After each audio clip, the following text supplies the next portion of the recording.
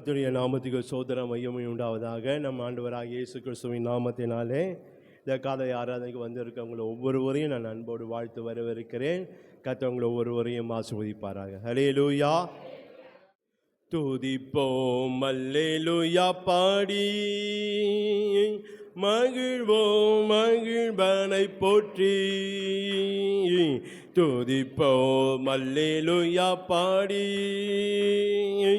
மகிழ்வோம் மகிழ்வனை போற்றி. மகிமை தேவ மகிமை தேவ தேவனுக்கே மகிமை. அல்லேலூயா மகிமை தேவ மகிமை தேவ தேவனுக்கே மகிமை. துதிப்போம் அல்லேலூயா பாடி தேவன் நம்மை வந்தடைய செய்வார். தம்மை என்றும் அதற்காக தந்தார். தேவன் நம்மை வந்தடைய செய்வார். தம்மை என்றும் அதற்காக தந்தார். அற்புதங்கள் செய்யும் சர்வ வல்ல தேவன் அடைக்கலம் கொடுத்திடுவார். அற்புதங்கள் செய்யும் சர்வ வல்ல தேவன் அடைக்கலம் கொடுத்திடுவார். துதிப்போம் அல்லேலூயா பாடி மகிழ்வோம் மகிழ்வனை போற்றி. மகிமை தேவ மகிமை தேவ தேவனுக்கே மகிமை. அல்லேலூயா மகிமை தேவ மகிமை தேவ தேவனுக்கே மகிமை. துதிப்போம் அல்லேலூயா பாடி அஞ்சிடேனே இருளிலே என்றும் நடமாடும் கொள்ளை நோயை கண்டும். அஞ்சிடேனே இருளிலே என்றும் நடமாடும் கொள்ளை நோயை கண்டும். பயங்கரத்திற்கும் பறக்கும் அம்பிற்கும் பயந்திடஞ்செய்திடுவேன். பயங்கரத்திற்கும் பறக்கும் அம்பிற்கும் பயந்திடஞ்செய்திடுவேன். துதிப்போம் அல்லேலூயா பாடி மகிழ்வோம் மகிழ்வனை போற்றி. மகிமை தேவ மகிமை தேவ தேவனுக்கே மகிமை. அல்லேலூயா மகிமை தேவ மகிமை தேவ தேவனுக்கே மகிமை. துதிப்போம் அல்லேலூயா பாடி தேவன் எந்த அடைக்கலமாமே ஒரு போதும் பொல்லாப்பு வராதே. தேவன் எந்த அடைக்கலமாமே ஒரு போதும் பொல்லாப்பு வராதே. சர்வ வல்ல தேவன் தாபரமாய் நின்றே விடுவித்து காத்திடுவார்.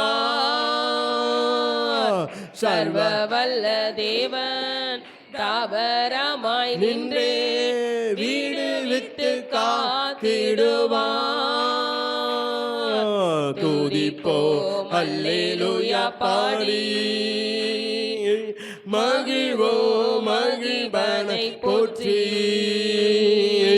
மகிமை தேவ மகிமை தேவ தேவனுக்கே மகிமை.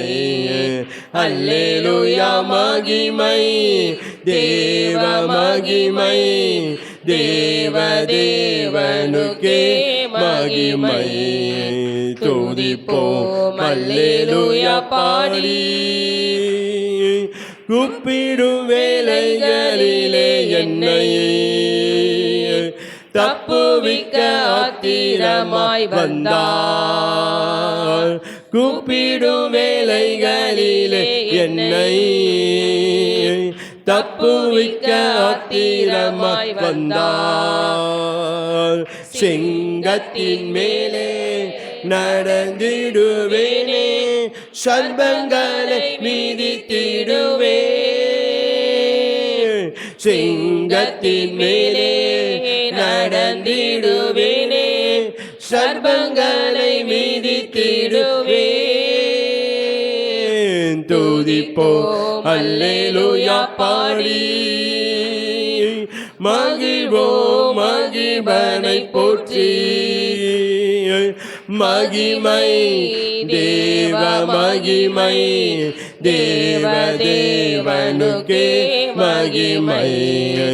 அல்லேலூயா மகிமை தேவ மகிமை, தேவ தேவனுக்கே மகிமை. துதிப்போம் அல்லேலூயா பாடி,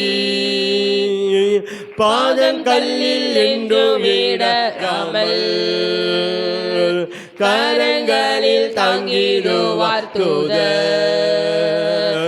பாதம் கல்லில் என்றும் இடராமல் கரங்களில் தங்கிடுவார் தூதர். ஒருபோதும் வாதை என் கூடாரத்தை அணுகாமல் காத்திடுவார். ஒருபோதும் வாதை என் கூடாரத்தை அணுகாமல் காத்திடுவார்.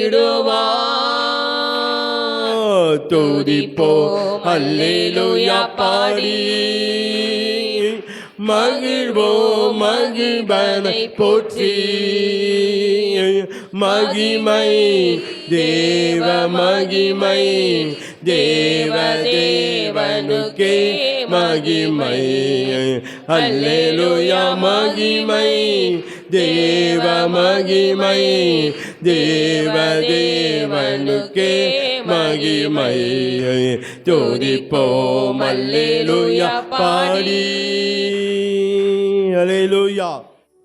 இந்த நாளிலும் கூட நம் வேதத்தை நான் தியானிக்கும்படியா ஆதியாகமம் 13ஆம் அதிகாரம்,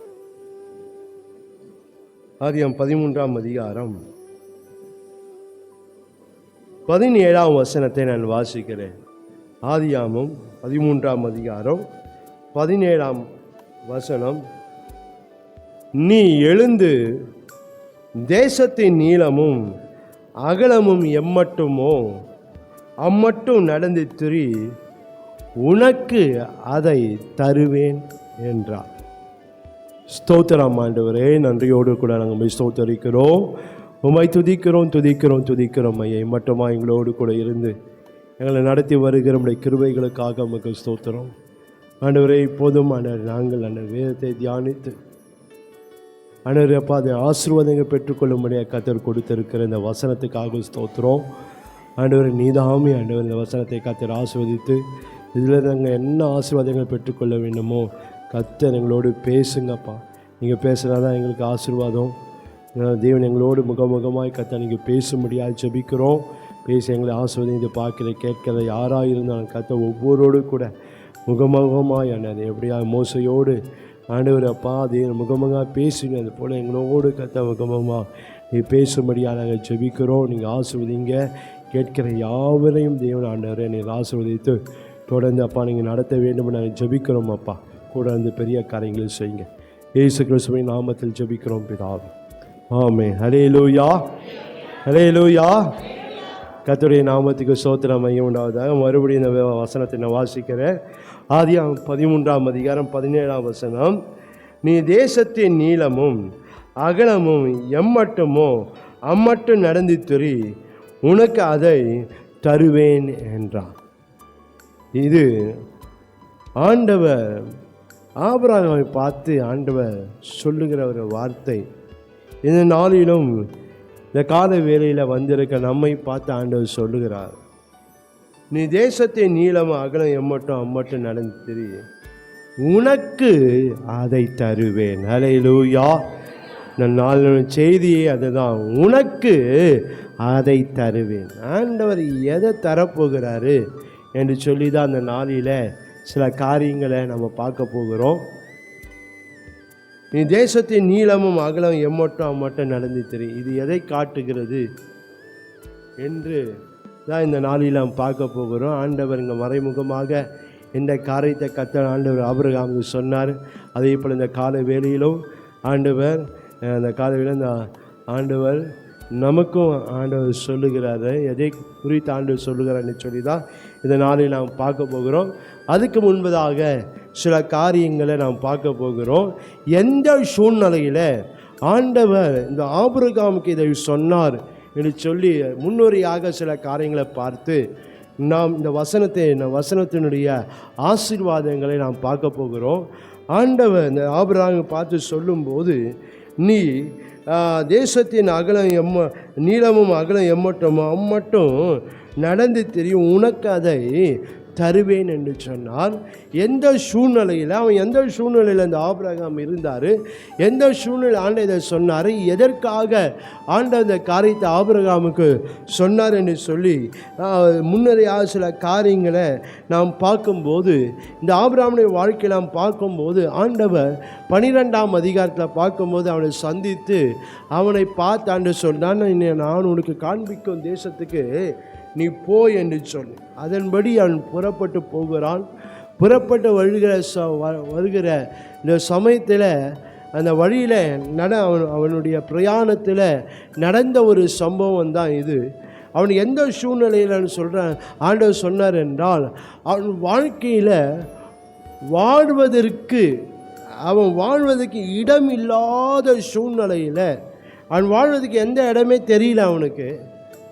இப்போது அவன் வாழும்படியாய் அவன் குடும்பம் இருக்குது, அவன் மாடுகள்லாம் இருக்குது.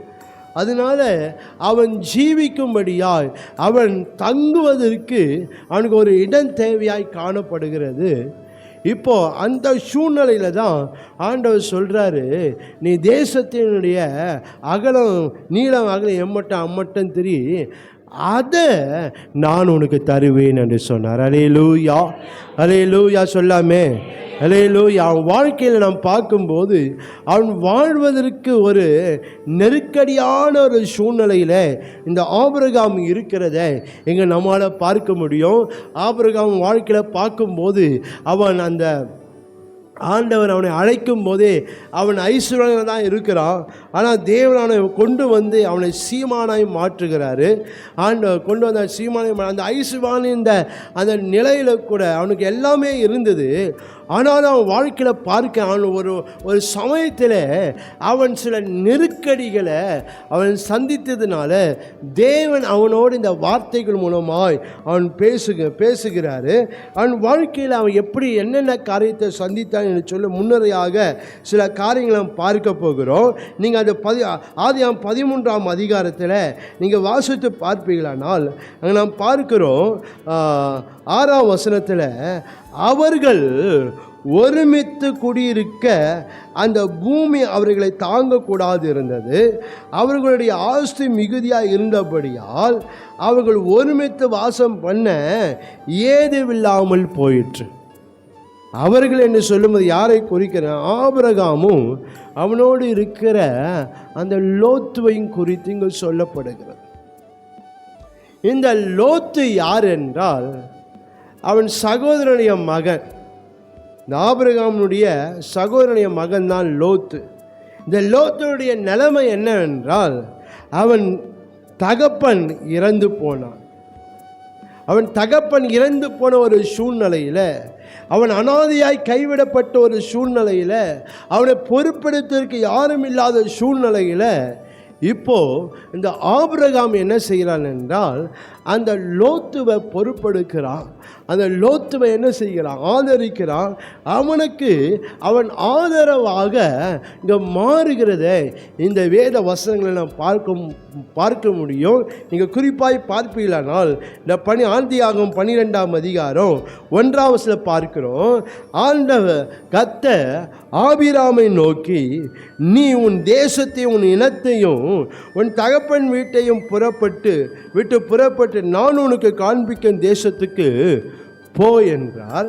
4ஆம் வசனத்தில் பார்க்கிறோம், கர்த்தர் ஆபிராமுக்கு சொன்னபடியே அவன் புறப்பட்டு போனால் லோத்தும் அவனோடு கூட போனான். லோத்து என்ன செய்தான்? அவனோடு. அப்போனா லோத்தனுடைய நிலைமை எப்படி இருந்ததுன்னா, அந்த ஆபிரகாமை அவன் அண்டிக் கொண்டான். ஏனென்றால் என்னை காப்பாற்றுவதற்கு யாரும் இல்லை, இப்போ ஆபிரகாமை தவிர அவனுக்கு வழி இல்லை என்று சொல்லி அவன் ஆரம்ப நிலையில் அவன் என்ன பண்ணனா, அவன் ஆபிரகாமை அண்டிக் கொண்டான்.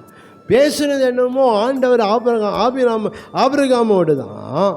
ஆனால் இப்போ ஆபிரகாம் தேவனுடைய வார்த்தையை பெற்றுக்கொண்டு இப்போ கிளம்பும்போது இப்போ லோத்து என்ன செய்கிறான்? அவனோடு கூட அண்டிக் கொள்கிறதா பார்க்குறோம், அவனோடு கூட ஒட்டி கொள்கிறதா பார்க்குறோம்.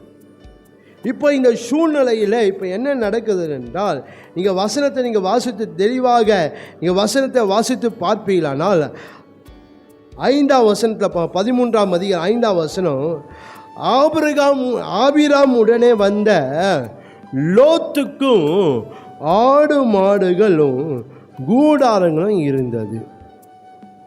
யாருக்கு? ஆபிரகாமை அண்டி வந்தவன், ஆபிரகாமோடு ஒட்டி கொண்டு வந்தவன். எனக்கு இப்போ என்ன ஆயிடுச்சுன்னா, அவனுக்கும் ஆடு மாடுகளும் கூடாரங்களும் காணப்பட்டது. இந்த லோத்து என்ன செய்திருக்கணும்? அவன் ஆபிரகாமும் கூட தான் இருக்கணும். இந்த லோத்தினுடைய வாழ்க்கை எப்படி இருந்திருக்குன்னா, ஆபிரகாமை ஒட்டி தான் இருக்கணும் பாருங்க. ஆனால் இப்போது அவன் வாழ்க்கை எப்படி மாறிச்சுன்னா, நானும் எனக்கும் ஆடுகள் இருக்குது, எனக்கும் மாடுகள் இருக்குது, எனக்கும் கூடாரங்கள் இருக்குது என்று சொல்லி அவன் இங்கே பார்க்கிறோம். அவன் ஆபிரகாமுக்கு எதிராக அவன் எழும்புகிறதை இங்கே நம்மளால் பார்க்க முடியும். இந்த ஆபிரகாமுடைய வாழ்க்கையில் நான் உனக்கு அதை தருவேன் என்று ஆண்டவர் எந்த நிலையில் சொன்னார் என்றால், அவன் வாழ்க்கையில், இந்த ஆபிரகாமுடைய வாழ்க்கையில் ஒரு எதிர்ப்பை அவன் சந்திக்கிறான். என்ன? நான் ஆதரவை கொடுத்தவன், நான் ஆதரவாக நான் யாருக்கு ஆதரவை கொடுத்தேனோ, நான் யாருக்கு ஆதரவாக இருந்தேன், அவனை இப்போ என்ன பண்ணிட்டான்? ஆபிரகாமுக்கு நிகராக வந்துட்டான். லோத்து என்ன செய்திருக்கணும்? ஆபிரகாம் கூட தான் இருந்திருக்கான். அவனுக்குன்ட்டு தனி ஆடுகளோ மாடுகளோ ஒட்டங்களோ இருக்கக்கூடாது. அவன் லோத்தோடு தான் லோத்து இந்த ஆபிரகாமோட தான் இருக்கணும். ஆனால் இப்போ அவன் என்ன செய்கிறான் என்றால், அவன் தனக்கென்று ஆடு மாடுகள் கூடாரங்களும் அவன் ஏற்படுத்துகிறத பார்க்கணும். இப்போ இதனால் என்ன ஆயிடுச்சுன்னா, இப்போ 2 ஆபிரகாமுடைய வேலைக்காரருக்கும் லோத்தினுடைய வேலைக்காரருக்கும் இங்கே வாக்குவாதம் உண்டாகிறத பார்க்கணும். அதனால் சொன்னேன், இந்த ஆபிரகாமுடைய நிலைமை என்னன்னா, அவன் ஐஸ்வர்யனாக இருந்தாலும், அவன் ஐஸ்வர்யம் இருந்தால் அவன் வாழ்க்கையில் அவன் எதிர்ப்பை அவன் சந்திக்கிற ஒரு சூழ்நிலையில் இங்கே காணப்படுகிறான். இவன் அப்பாவே இவன் யாரும் இல்லை, எனக்கும் பிள்ளை இல்லை, அதனால் என் கடைசி காலத்தில் எனக்கு இப்போ நான் ஆதரவு கொடுக்குறேன், அதனால் கடைசி இந்த நாட்களில் இவன் எனக்கு ஆதரவாக இருப்பான் என்ற ஒரு நினைப்போடு அவன் வாழ்க்கையில் அந்த லோத்துக்கு அவனை ஆதரவு கொடுக்கிறத பார்க்க. இப்போ நான் யாருக்கு ஆதரவு கொடுத்தனோ, அல்லது யார் எனக்கு ஆதரவாக இருப்பானோ என்ன நினைச்சானோ, அவனை இப்போ என்ன மாறிட்டான்? அவனுக்கு சரிசமமாக எழுப்பிட்டான். ஆபிரகாம் வேலைக்காரங்க லோத்தினுடைய வேலைக்காரங்க வாக்குவாதம் வந்தால் லோத்து என்ன செய்திருக்கணும்? தன் வேலைக்காரங்களை அடக்கி இருக்கணும். அவன் லோத்துக்கு எப்படி வேலைக்காரங்க வந்தாங்க?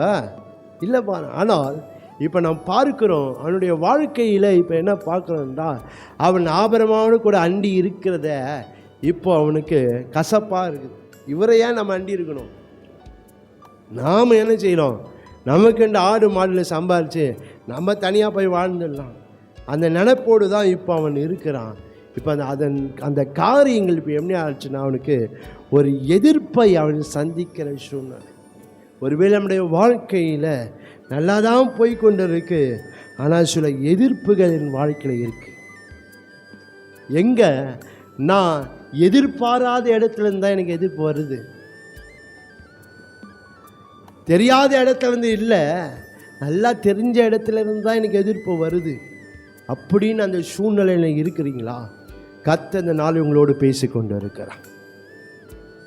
நீங்கள் ஒரு விதமான எதிர்ப்பை ஒருவேளை நேரடியாகவோ அது மறைமுகமாகவோ சில எதிர்ப்புகளை நீங்கள் சந்தித்து கொண்டு இருக்கலாம். கர்த்தர் அந்த எதிர்ப்பை மாற்றுவார். ஹல்லேலூயா, ஹல்லேலூயா. யாரை எதிர்த்தாலும் வேதத்தில் பார்க்கும்போது, நீங்கள் வேத வசனத்தில் நீங்கள் வாசித்து பார்க்கும்போது, நீங்கள் 41ஆம் சங்கீதத்தில் அந்த சங்கீதக்காரன் சொல்லுகிற ஒரு வார்த்தையின்படியே இங்கே ஆபிரகாமுடைய வாழ்க்கை நடக்கிறத பார்க்குறோம். சங்கீதம் 41 9ஆம் வசனத்தில் பார்க்கிறோம், என் பிராண சிநேகிதனும் நான் நம்பினவனும் என் அப்பம் புசித்தவனும் ஆகிய மனுஷனும் என் மேல் தன் குதிகாலை தூக்கினான். இந்த வார்த்தையின்படியே தான் இந்த ஆபிரகாமுடைய வாழ்க்கையில் இங்கே காணப்படுகிறத பார்க்கணும். ஆனால் எனக்கு ஆதரவாக இருப்பேன்னு நினச்சேன், இப்போ அவனுக்கே எனக்கு எதிராக மாறிட்டாங்க, அவன் எதிராக மாறு என்ற அந்த ஒரு எதிர்ப்பை அவன் சந்திக்கிற சூழ்நிலையில் தான் ஆண்டவர் சொல்கிறாரு, நீ தேசம் எழும்பி தேசத்து முழுவதும் நீளம் அகலம் எம்மட்டும் நடந்து திரி, அதை நான் உனக்கு தருவேன் என்று சொன்னார். ஹல்லேலூயா, ஹல்லேலூயா. தொடர்ந்து அந்த வேத வசனங்களை நீங்கள் வாசித்து பார்ப்பீர்களானால் அவன் ஒரு எதிர்ப்பை அதுக்கு அடுத்தபடியாக ஒரு நெருக்கத்தை அவன் சந்திக்கிறத இந்த வேத வசனங்களில் நம்மளால் பார்க்க முடியும். நீங்கள் 13ஆம் அதிகாரம் 7ஆம் வசனத்தில் பார்க்கும்போது, ஆபிரகாமுடைய மந்தை மேய்ப்பர்கள் லோத்தினுடைய மந்தை மேய்ப்பருக்கு வாக்குவாதம் உண்டாயிற்று. அக்காலத்தை கானானியர் பெரிசரியான தேசத்துக்கு குடியிருந்தார்கள். ஆபிரகாம் லோத்தை நோக்கி, எனக்கும் உனக்கும் என் மெய்ப்பருக்கு உன் மெய்ப்பருக்கு வாக்குவாதம் வேண்டாம், நான் சகோதரர், இந்த தேசமெல்லாம் உனக்கு முன்பாக இருக்கிறது அல்லவா, நீ என்னை விட்டு பிரிந்து போகலாம், இடதுபுறம் போனால் நான் வலதுபுறம் போகிறேன், நீ வலதுபுறம் போனால் நான் இடதுபுறம் போகிறேன். இப்போ அவன் நெருக்கத்தை அவன் சந்திக்கிறான். அந்த நெருக்கத்தை அவன் எப்படி சமாளிக்கிறதுன்னு அவனுக்கு தெரியல.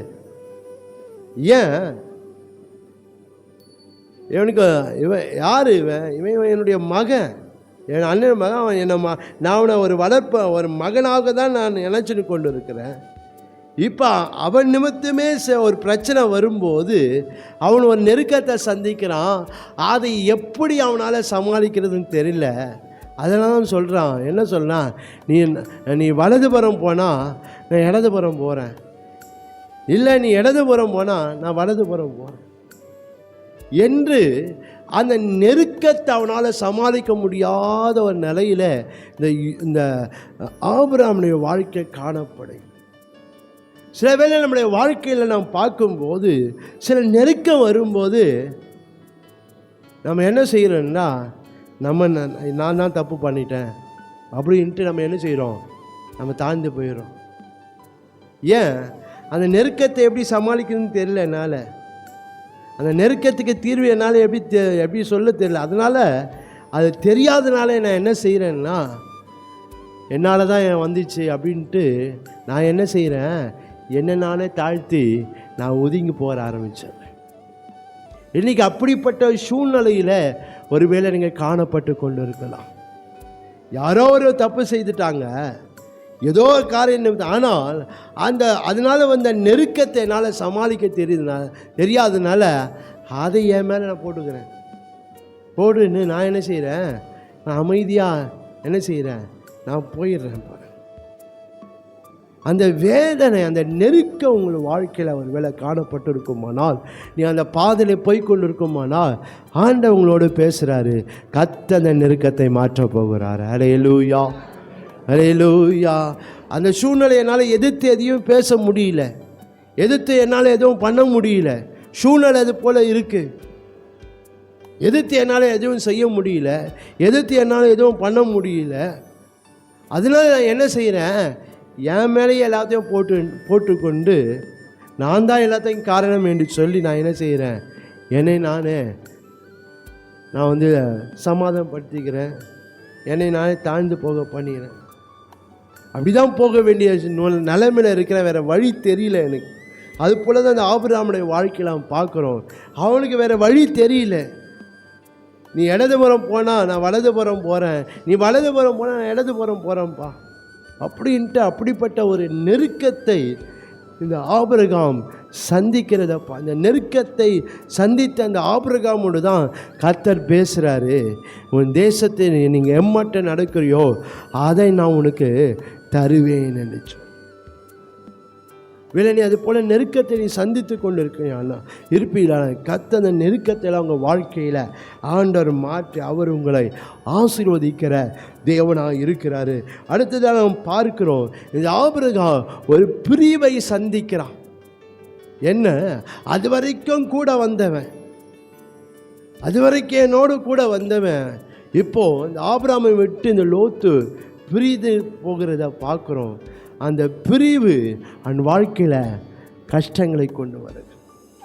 ஆனால் கடைசி வரைக்கும் இருப்பான்னு பார்த்தேன். சில வேளைகளில் நம்ம வாழ்க்கையில் இவங்களாம் என்னோட கடைசி வரைக்கும் இருப்பாங்க அப்படின்னு நினச்சேன். ஆனால் எல்லாம் பாதியிலே என்னை கை விட்டாங்க, பாதியிலே என்னை விட்டு போயிட்டாங்க. ஒருவேளை அது போல் நிலைமையில் அவங்க வாழ்க்கை காணப்படலாம். ஆபிரகாமுடைய வாழ்க்கையில் அவன் நினச்சிருப்பான் கடைசி வரைக்கும் அவன் என்னோட கூட இருப்பான்னு நினச்சான். ஆனால் அவன் நடு வழியில் அவன் என்ன செய்தான், அவனை விட்டு பிரிந்து போகிறத இங்கே நம்மளால் பார்க்கணும். அந்த பிரிவை அவனால் தாங்க முடியல. ஏனென்றால் ஒரு சமயத்தில் இந்த லோத்து ஒரு இக்கட்டான சூழ்நிலையில் அவன் மாட்டிக்கொண்ட போது அதை கேள்விப்பட்ட ஆபிரகாம் அவன் ஓடோடி போய் அவனை அந்த பிரச்சனையிலிருந்து அதிலிருந்து இந்த லோத்து இந்த ஆபிரகாம் வெளியே கொண்டு வருகிறத பார்க்கும். என்னை விட்டு பிரிஞ்சு போயிட்டானே, அவன் எப்போ நான் நாசமாக போடும் அப்படின்னு அவனால் சொல்ல முடியல. ஏனென்னா அந்த பிரிவை அவனால் என்ன செய்ய முடியாது, தாங்க என்னோடு கூட இருப்பேன் என்னுடைய சொந்த ரத்தம் தான், என்னுடைய சொந்த குடும்பத்தில் இருக்கிறது, சொந்த மகன் தான் நான் நினச்சேன். ஆனால் என்னால் பாதியில் விட்டு போயிட்டான். அந்த பிரிவானை தாங்க முடியல. அதனால தான் அவனுக்கு ஒரு கஷ்டம் வந்த போது அவன் என்ன செய்யறான், அவனுக்கு உதவி செய்கிறத நீங்கள் பார்க்கலாம். நீங்கள் ஆதியாகமம் 14ஆம் அதிகாரத்தில் அந்த அதிகாரம் முழுதுமாய் வாசித்து பார்ப்பீங்களான்னு தெரியும். அது கேள்விப்பட்ட உடனே அவன் காலம் தாமதம் இல்லாமல் நினைச்சா அவன் ஆபிரகாம் உதவி செய்கிறத பார்க்கணும். நீங்கள் குறிப்பாக ஒரே ஒரு வசனத்தை நான் வாசிக்கிறேன். நீங்கள் ஆதியாகமம் 14ஆம் அதிகாரம் 14ஆம் வசனத்தில், தன் சகோதரன் சிறையாக கொண்டு போகப்பட்டது ஆபிரகாம் கேள்விப்பட்ட போது அவன் தன் வீட்டிலே பிறந்த கைப்படிந்தவர்களாகிய 318 ஆட்களும் ஆயுதம் தரிப்பித்து தான் என்னும் ஊர் மட்டும் அவர்களை தொடர்ந்து ராக்காலத்தில் அவனும் அவன் வேலைக்காரன் பிரிந்து பவுஞ்சிகள் அவர்கள் மேலே விழுந்து அவர்களை முறியடித்து தமசுக்கு இடப்புறமான ஓபா மட்டும் துரத்தி என்னை சொல்லி இந்த வேத வசனம் பார்க்க அந்த லோத்த பையன் மீட்டு கொண்டு வருது பார்க்க. எதை காட்டுதுன்னா அவனுடைய பிரிவு தாங்க முடியல.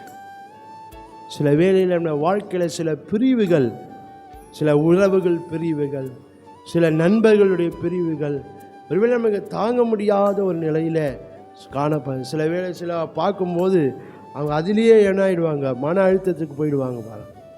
அப்படிப்பட்ட பிரிவுகள் நம்முடைய வாழ்க்கையில் ஒருவேளை நம்ம அப்படியா இருக்கலாம். ஆனால் தேவன் அதை மாற்றப் போகிறார். அல்லேலூயா. நீ ஒருவேளை சில பிரிவுகளை இங்கே சந்தித்து கொண்டு இருக்கலாம். தேவன் அந்த பிரிவை கர்த்தர் மாற்றி அவர் உங்களை ஆசீர்வதிக்கிற தேவனாக இருக்கிறார். அடுத்ததாக நாம் பார்க்கும்போது ஆபிரகாம் ஒரு ஏமாற்றத்தை அவன் சந்திக்கிறான். வாழ்க்கையில் பார்க்குறோம். இந்த லோத்து கூட இருப்பான் என்ற அந்த எண்ணங்கள் அவனுக்கு இருந்தது. ஆனால் அவன் வாழ்க்கையில் பார்க்கும்போது அவன் எண்ணத்துக்கு மாறாக ஒரு ஏமாற்றத்தை அவன் சந்திக்கிறதா.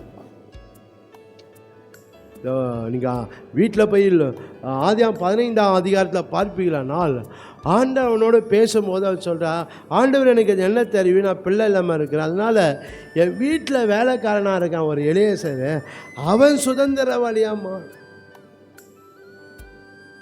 வேலைக்காரனே சுதந்திரவாளியாக மாற்றுகிற ஆபிரகாம் தன்னுடைய சொந்த சகோதரனுடைய மகனை நிச்சயமாக என்ன செய்திருப்பான், அவன் சுதந்திரவாளியாக மாற்றியிருப்பான் தன் எல்லா சொத்துக்கும். ஆனால் இப்போது பார்க்குறோம் அந்த நினைப்போடு தான் அவன் இருக்கிறான். ஆனால் இப்போது அவன் வாழ்க்கையில் ஏமாற்றங்களை சந்திக்கிறதா. இன்றைக்கி அநேகனுடைய வாழ்க்கையில் ஒருவேளை அநேக ஏமாற்றங்களை நீங்கள் சந்தித்து கொண்டு இருக்கலாம். நான் இப்படி நினச்சேன், ஆனால் இது நடக்கலை. இப்படி எதிர்பார்த்தேன், எனக்கு நடக்கலை. இவங்க இப்படி செய்வாங்கன்னு நினச்சேன், ஆனால் அது நடக்கலை. ஏமாற்றங்களை உங்கள் வாழ்க்கையில் நீங்கள் சந்தித்து கொண்டு இருக்கலாம். தேவங்க ஏமாற்றங்களை கர்த்தர் மாற்றுவார். அல்லேலூயா, அல்லேலூயா. நீங்கள் எந்த விதத்தில் அது சொந்த குடும்பத்தில் இருக்கலாம், சொந்த நபர்களால் ஏமாற்றம் அடைந்திருக்கலாம், இல்லை உங்கள் உறவினால் ஏமாற்றம் அடைந்திருக்கலாம், நீங்கள் ஸ்நேகத்தில் ஏமாற்றம், எந்த விதத்தில் நீங்கள் ஏமாற்றங்களை சந்தித்து இருக்கிறீங்களோ கர்த்தர் அந்த ஏமாற்றங்களை கர்த்தர் மாற்றி அவர் உங்களை ஆசீர்வதிக்க போகிறார். அல்லேலூயா, அல்லேலூயா. அந்த ஏமாற்றங்களை சந்தித்த அந்த ஆபிரகாமை பார்த்தான்னு சொன்னார், நான் உனக்கு அதை தருவேன்னு. தேவன் நம்மளை ஏமாற்றங்களை அதிலேயே விட மாட்டார். ஆண்டவர் அந்த ஏமாற்றங்களை மாற்றி நம்முடைய வாழ்க்கையை அவர் ஆசீர்வதிக்கிற தேவனாக இருக்கிறார். அடுத்ததாக ஒரு காரியம் பார்க்கும்போது அவன் ஒரு இழப்பை சந்திக்கிறான். ஒரு இழப்பை அந்த ஆபிரகாம் அந்த லோத்தினுடைய அந்த இழப்பை அவன் சந்திக்கிறத பார்க்குறோம். அதான் இன்றைக்கி அநேக காரியங்களை ஒரு வேளை நீங்கள் இழந்து போயிருக்க, அது நிமித்தம் அது மட்டும் கண்ணீர் ஒரு வேளை காணப்படும். இந்த நன்மையை இழந்துட்டேன், இந்த ஆசீர்வாதத்தை இழந்துட்டேன் என்று ஒருவேளை அந்த இழந்து போன காரியம் நான் எதிர்பார்த்தேன், ஆனால் அது போல் நடக்கல. அந்த மகிழ்ச்சியை இழந்துட்டேன், சமாதானத்தை இழந்துட்டேன், சுகத்தை இழந்துட்டேன், உயர்வை இழந்துட்டேன். எந்த ஒரு நீங்கள் இழப்பை சந்தித்தாலும் தேவன் அந்த இழப்பெல்லாம் மாற்றி அவர் உங்களை ஆசீர்வதிக்கிற தேவனாக இருக்கிறார். அல்லேலூயா, அல்லேலூயா சொல்லாமே, அல்லேலூயா. இப்படி சில காரியங்களை சந்தித்த அந்த ஆபிரகாமை பார்த்து தான் ஆண்டவர் சொல்கிறாரு என்னவென்றால், நீ தேசத்தின் நீளம் அகலம் எம்மட்டுமோ அம்மட்டும் திரி, உனக்கு அதை தருவேன். அல்லேலூயா, அல்லேலூயா சொல்லாமே, அல்லேலூயா. உனக்கு அதை தருவேன். எதை அவன் தரப்போகிறார்னு சொல்லி தான் ஒரு சில காரியங்கள் இந்த நாளில் நாம் பார்க்க போகிறோம். நீங்கள் பார்க்கும்போது, நீ எழுந்து தேசத்தின் நீளம் அகலம் எம்மட்டும் அம்மட்டும் நடந்து திரி என்றார். என்ன சொல்கிறேன்னா, இப்போ நீ இப்படிப்பட்ட சூழ்நிலையில் நீ இருக்கிற, அதனால் நீ வாழ வேண்டியதற்கு நான் உனக்கு இடத்த கொடுக்குறேன், நீ வாழ வேண்டியதுக்கு நான் உனக்கு வழி செய்கிறேன், நீ வாழ வேண்டியதுக்கு உனக்கென்று சில காரியங்களை செய்கிறேன். அதனால் நீ எழுந்து என்ன செய், நான் தேசத்தின் அகல நீளம் எம்மட்டும் அம்மட்டும் நடந்து தெரிகின்றார். ஆபிரகாம் எவ்வளோ தூரம் நடந்திருப்பார் நீங்களே சொல்லுங்களேன். நீங்களே அந்த இடத்துல இருந்திருந்தா எவ்வளோ தூரம் நடந்திருப்பீங்க? எவ்வளோ தூரம் நடக்க முடியும்? ஆபிரகாம் எவ்வளோ தூரம் நடந்திருப்பார்? அவர் வாழ்க்கை, அவர்கிட்ட இருந்த மந்தை எவ்வளவோ, அந்த குடும்பம் எவ்வளவோ, அந்த அளவுக்கு தான் என்ன செய்திருப்பார், நடந்திருப்பார் இல்லை? அவர் நடக்கும்போது அந்த சிந்தையோடு தான் நடந்திருப்பார். என் குடும்பம் இவ்வளோ இருக்குது, இவ்வளோ ஆடு இருக்குது, இவ்வளோ மாடு இருக்குது, இவ்வளோ மந்தை இருக்குது, இவ்வளோ மேய்ப்பர் இருக்கிறாங்க, இவங்களாம் இருக்க, இவங்களுக்கெல்லாம் இடம் தேவை. அதனால் அந்த சிந்தையோடு என்ன செய்திருக்காங்க, அந்த நீளமும் அகலமும் நடந்திருப்பார் என்று நமக்கு தெரிய வேண்டும். ஹல்லேலூயா, ஹல்லேலூயா. சின்னதாகவும் என்ன செய்துங்க, ஏன்னா ஆண்டவனுக்கு நடந்து தெரியும், நான் அவனுக்கு அது தருவேன்னு சொல்லிட்டாரு. அதனால் சின்னதாகவும் என்ன செய்ய குறுகிய இடத்தையும் நடந்திருக்க மாட்டார், பெரிய ரொம்ப பெருசாகவும் என்ன செய்ய மாட்டார், நடந்துக்க மாட்டார். அந்த குடும்பம் எவ்வளோ அளவோ அதோட கொஞ்சம் அதிகமாக தான் என்ன பண்ணியிருப்பார். அந்த சூழ்நிலையில், அந்த வேலையில் அந்த தேவன் அவர் எப்படிப்பட்டவர் என்று முழுமையாக தெரியாத அந்த சூழ்நிலையில் அப்புறம் என்ன தான் செய்திருப்பார், அந்த ஒரு சிந்தையோடு தான் செய்திருப்பாருப்பா. நடந்து தெரியும், நான் உனக்கு அதை தருவேன். அப்புறம் இது எதை காட்டுகுது என்று சொல்லி தான் இந்த நாளில் ஒரு சில காரியங்களை நாம் பார்க்க போகிறோம். நீங்கள் நடந்து திரி என்று இது எதை காட்டுகுதா? முதல் நடந்து திரி, அதை நான் உனக்கு தருவேன் என்று சொன்ன தேவன் முதலாவது எதை காட்டுகிறா? விசுவாசித்திருக்கிறதை தருவேன். அவன் நடக்கும்போது எப்படி என்ன வேணுமா? விசுவாசத்தோடு நடந்துருக்கும். நான் எவ்வளோ தூரம் நடக்கிறேனோ ஆண்டவர் அவ்வளோ தரப்போகிறார். நான் உனக்கு அதை தருவேன். அப்படி என்றால் அவன் விசுவாசித்திருக்கிறதை தருவேன். ஒன்று, விசுவாசித்திருக்கிறதை தருவேன். ரெண்டாவது, விதைத்திருக்கிறதை தருவேன். விதைத்திருக்கிறதுனா அவனுடைய பிரயாசம், அவனுடைய உழைப்பு. கொஞ்சம் நடந்து திரிக்கிறது என்ன, அது ஒரு பிரயாசம், அதனுடைய உழைப்பு பாருங்களேன். அதனால் அவன் எவ்வளோ விதைக்கிறானோ அதை தருவேன் உனக்கு. அப்போனா எவ்வளோக்கா நீங்கள் பிரயாசப்படுறியோ அதை நான் உனக்கு என்ன செய்வேன், நான் தருவேன் என்று ஆண்டவர் சொல்ல. விதைத்திருக்கிறதை தருவேன். மூன்றாவதாக, விண்ணப்பித்திருக்கிறதை தருவேன். அவர் ஜபத்தோடு நடந்திருப்பான். ஆண்டவர் இதெல்லாம் எனக்கு தரணும் ஆண்டவர், இவ்வளோ தூரம் நடக்கிற ஆண்டவரை, நான் எவ்வளோ தூரம் நடக்கிறேனோ அதெல்லாம் நீங்கள் தரணும் ஆண்டவரே என்று அவன் என்ன செய்ய விண்ணப்பத்தோடு இருந்திருப்பாங்க. ஒரு ஜபத்தோடு அதை காரியத்தை செய்திருப்பான். நான் உனக்கு அதை தருவேன் என்று எதை தருவார்? விண்ணப்பித்திருக்கிறதை, நம்ம என்ன விண்ணப்பம் பண்ணுறோமோ அதை ஆண்டவர் தருவார். நான்காவதாக, விரும்புகிறதை தருவார்.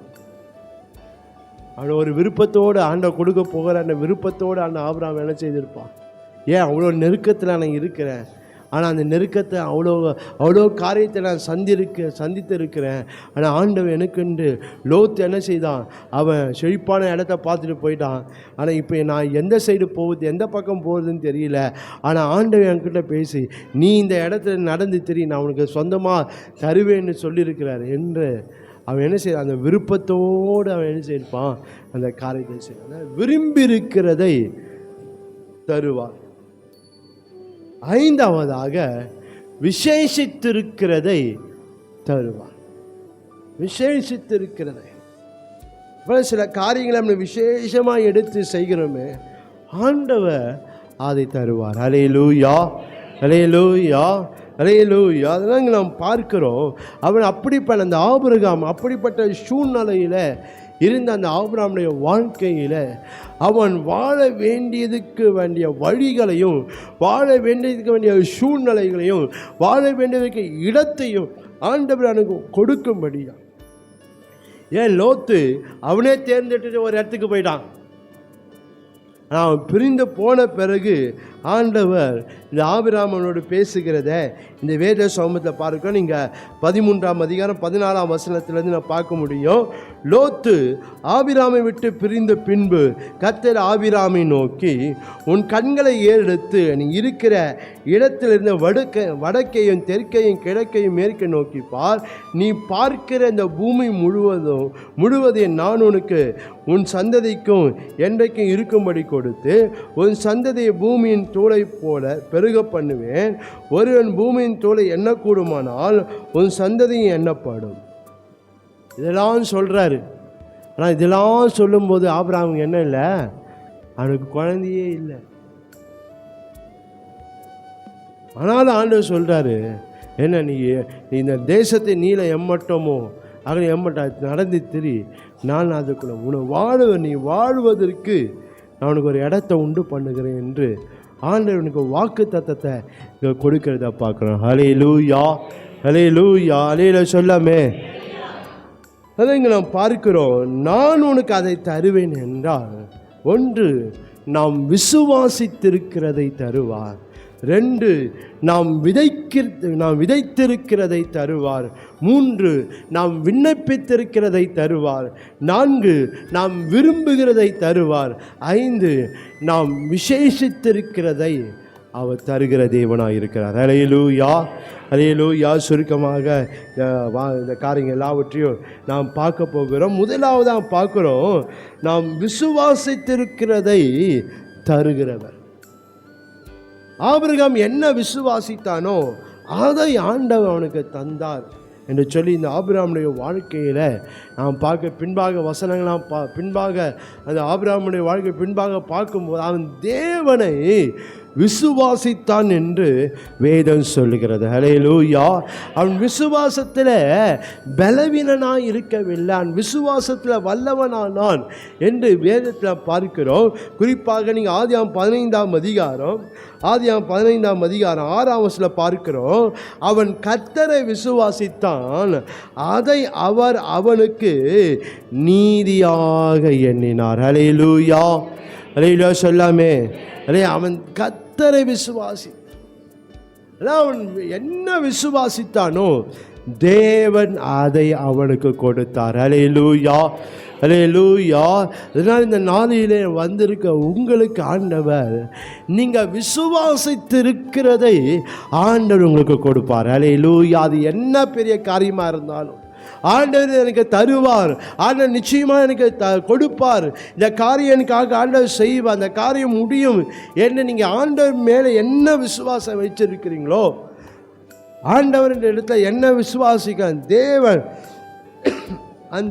நீங்கள் அந்த விசுவாசிக்கிறதை படியே ஆண்டவங்க வாழ்க்கையில் அவர் செய்கிறவராக இருக்கிறார். ஹல்லேலூயா, ஹல்லேலூயா. ஏன்னா வேத வசனம் நாம் பார்க்கும்போது தேவன் இந்த விசுவாசிக்கிறவங்க கத்த அநேக ஆசீர்வாதங்களை இங்கே வைத்திருக்கிறார் என்று சொல்லி இந்த வேத வசனங்களை நாம் பார்க்க முடியும். நீங்கள் யோவான் 11ஆம் அதிகாரம் 40ஆம் வசனத்தில் பார்க்கும்போது, நீ விசுவாசித்தால் தேவனுடைய மகிமையை காண்பா என்று அந்த வேத வசனங்களை நம்ம பார்க்க முடியும். மார்க் 9ஆம் அதிகாரம் 23ஆம் வசனம் பார்க்கும்போது, விசுவாசிக்கிறவனுக்கு எல்லாம் கூடும் என்று சொல்லி அந்த வேத வசனத்தில் நம்மளால் பார்க்க முடியும். நீங்கள் மார்க்கு 5ஆம் அதிகாரம் 34ஆம் வசனம், 10ஆம் அதிகாரம் 52ஆம் வசனங்களை பார்க்கும்போது, உன் விசுவாசம் உன்னை ரட்சித்தது என்று அந்த வேத வசனங்களிலே நம்மளால் பார்க்கணும். ரோமர் 1ஆம் அதிகாரம் 17ஆம் வசனம், எபிரேயர் 10ஆம் அதிகாரம் 38ஆம் வசனம் பார்க்கிறோம், விசுவாசத்தினாலே நீதிமான் பிழைப்பான் என்று சொல்லப்படுகிறது. ஹல்லேலூயா, ஹல்லேலூயா சொல்லாமே. ஹல்லேலூயா. இப்படி பல காரியங்களை நம்முடைய வாழ்க்கையில் பார்க்க முடியும். மத்தேயு 21ஆம் அதிகாரம் 22ஆம் வசனத்தில் பார்க்கிறோம், விசுவாசம் உள்ளவர்கள் ஜெபத்தை நீங்கள் எவ்வளவு கேட்பீங்களோ அதெல்லாம் நீங்கள் பெற்றுக்கொள்வீர்கள் என்று சொல்லுங்கள்.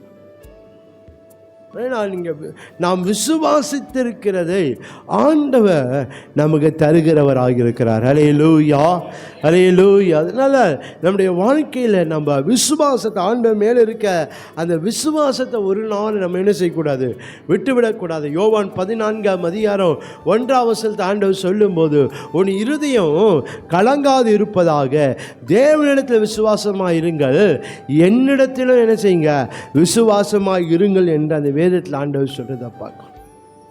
அதே நம்முடைய வாழ்க்கையில் நாம் தேவனிடத்தில் நாம் என்ன விசுவாசம் கொண்டு இருக்கிறோமோ, தேவன் மேலே என்ன விசுவாசம் வைத்திருக்கிறோமோ, அந்த விசுவாசத்தின்படியே ஆண்டவர் நமக்கு வேண்டிய நன்மைகளை, ஆசீர்வாதங்களை எல்லாம் தேவன் நமக்கு தருகிறவராக இருக்கிறார். ஹல்லேலூயா, ஹல்லேலூயா சொல்லாமே. ஹல்லேலூயா. அதனால் ஆண்டவர் மேலே இருக்க அந்த விசுவாசம் ஒரு நாள் நம்ம விட்டுவிடக்கூடாது. சூழ்நிலைக்கு எது வேணால் மாறலாம், சூழ்நிலைக்கு எப்படி வேணால் இருக்கலாம்.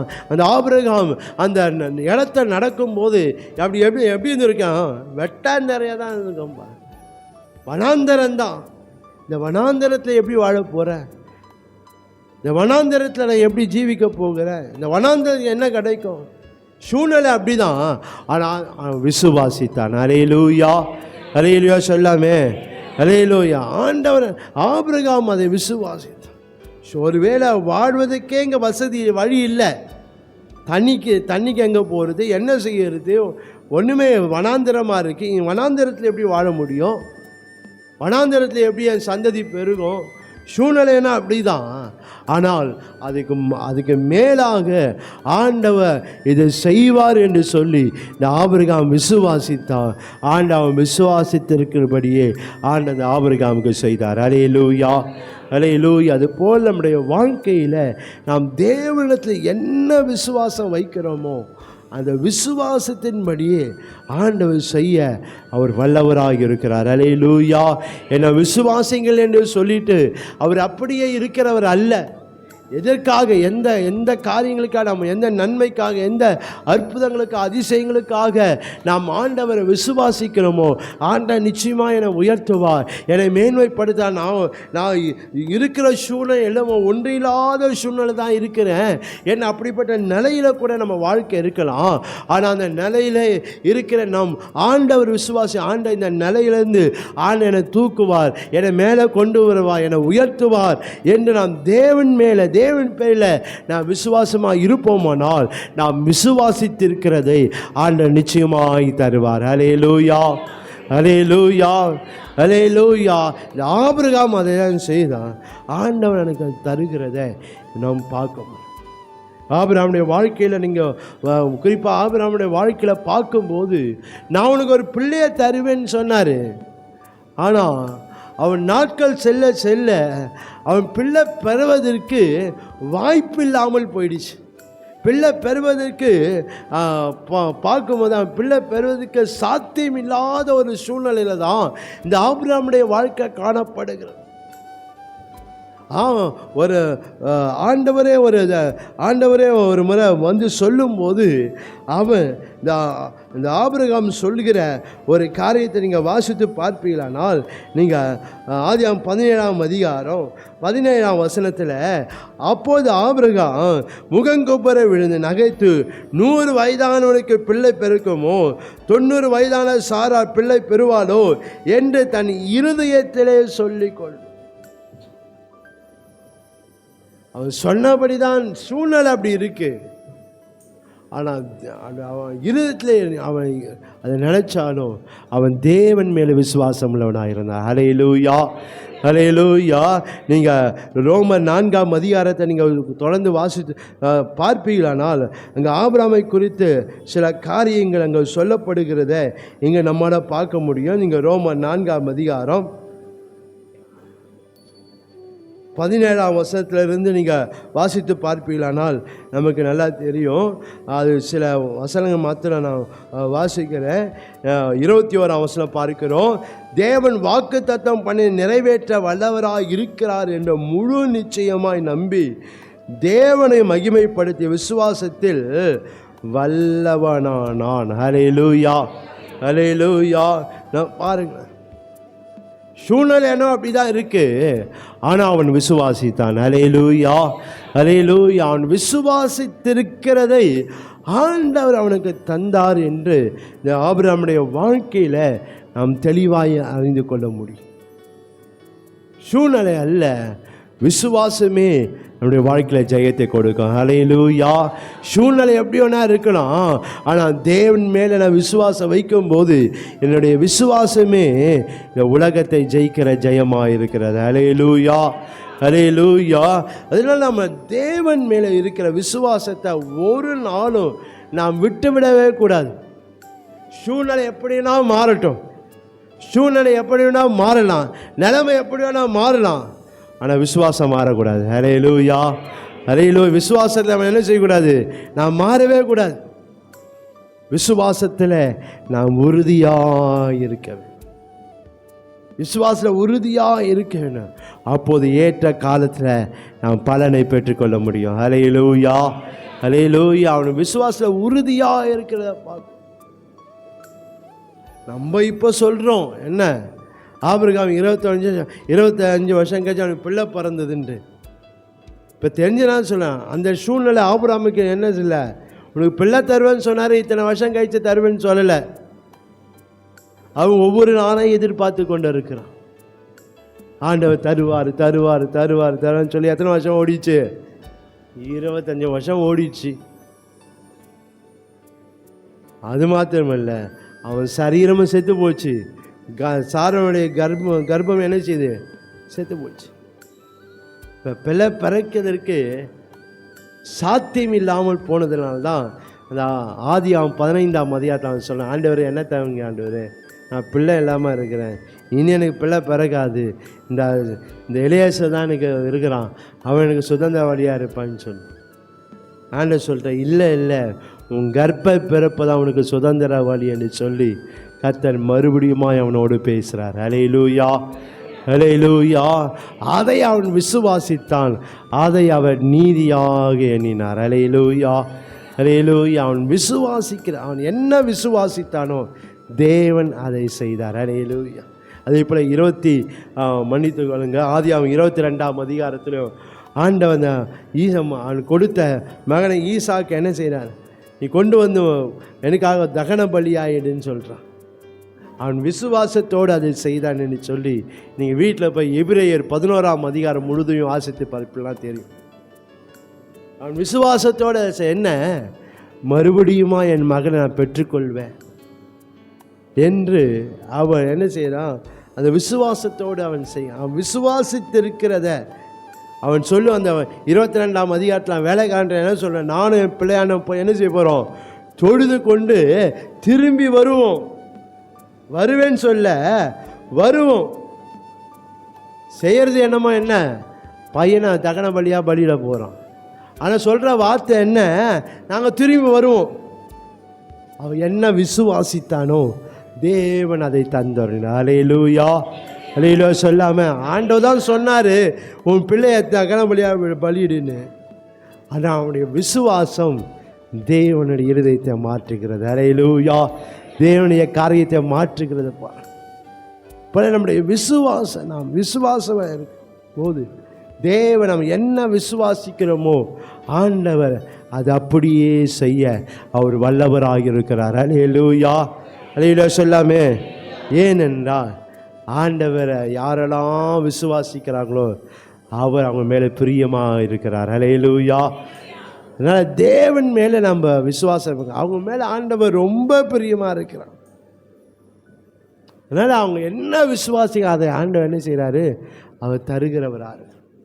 அதாவது தேவன் மேலே நம்ம விசுவாசமாக இருக்க நிச்சயமாய் கர்த்தர் நமக்கு பெரிய காரியங்களை ஆண்டவர் செய்து அவன் நம்மை ஆசீர்வதிக்கிற தேவனாக இருக்க. அவனுடைய விசுவாசம் என்ன செய்தனா, செத்து போனதை உயிர்ப்பிக்கிறத பார்க்கணும்.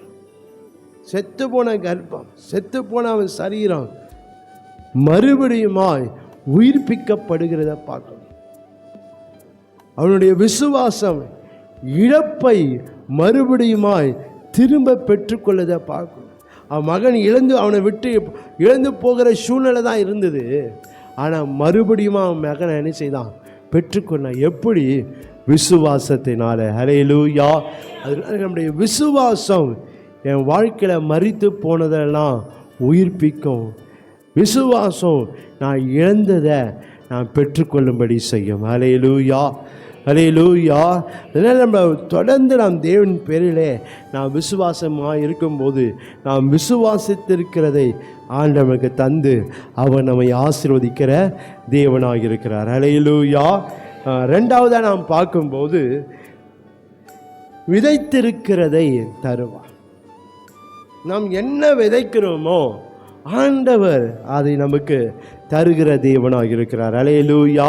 அது ஜபமாக இருக்கலாம், அது நம்முடைய பிரயாசமாக இருக்கலாம், நம்முடைய உழைப்பாக இருக்கலாம், என்னவாக இருக்க, நாம் என்ன விதைக்கிறோமோ தேவன் அதுக்கேற்ற பலனை ஆண்டவன் நமக்கு தருகிறவராக இருக்கிறார். அல்லேலூயா அல்லேலூயா. சொல்லாமே ஹல்லேலூயா. நாம் விதைக்கிறதுனால நாம் விதைக்கிறத ஒரு நாள் என்ன செய்யக்கூடாது, நாம் நிறுத்தவே கூடாது. நாம் விதைத்து கொண்டே இருக்க வேணும். ஹல்லேலூயா, ஹல்லேலூயா. நாம் ஆண்டவருக்கு என்னெல்லாம் விதைக்கணுமோ, என் வாழ்க்கையில் எதெல்லாம் ஜெபத்தை விதைக்கணும், பரிசுத்தத்தை விதைக்கணும், விசுவாசத்தை விதைக்கணும், நீதியை விதைக்கணும், உண்மையை விதைக்கணும், உத்தமத்தை விதைக்கணும், தேவனை தேடுகிறத விதைக்கணும். விதைச்சு கொண்டே இருக்கணும். நம்ம விதைக்கிறத நம்ம என்ன செய்யக்கூடாது, நிறுத்தவே கூடாது. ஏன், நான் விதைத்திருக்கிறதை அவர் எனக்கு தருகிறவராக இருக்கிறார். நான் விதைக்கலைன்னா எனக்கு ஆண்டவர் ஒன்றுமே கொடுக்க மாட்டார். நான் எதையும் விதைக்கலைன்னா எப்படி வரும் நமக்கு? விதைச்சாதான் நமக்கு பலன் வரும்.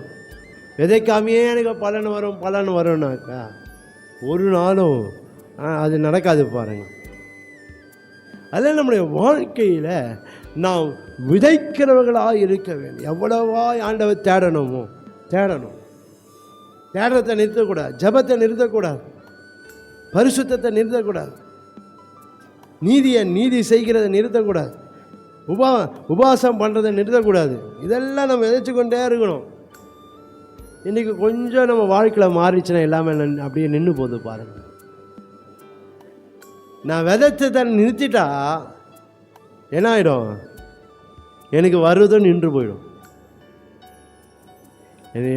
எனக்கு ஆசீர்வாதங்க நிற்காமல் வரணும்னா நான் விதைச்சி கொண்டே இருக்கணும். ஹல்லேலூயா, ஹல்லேலூயா சொல்லாமே.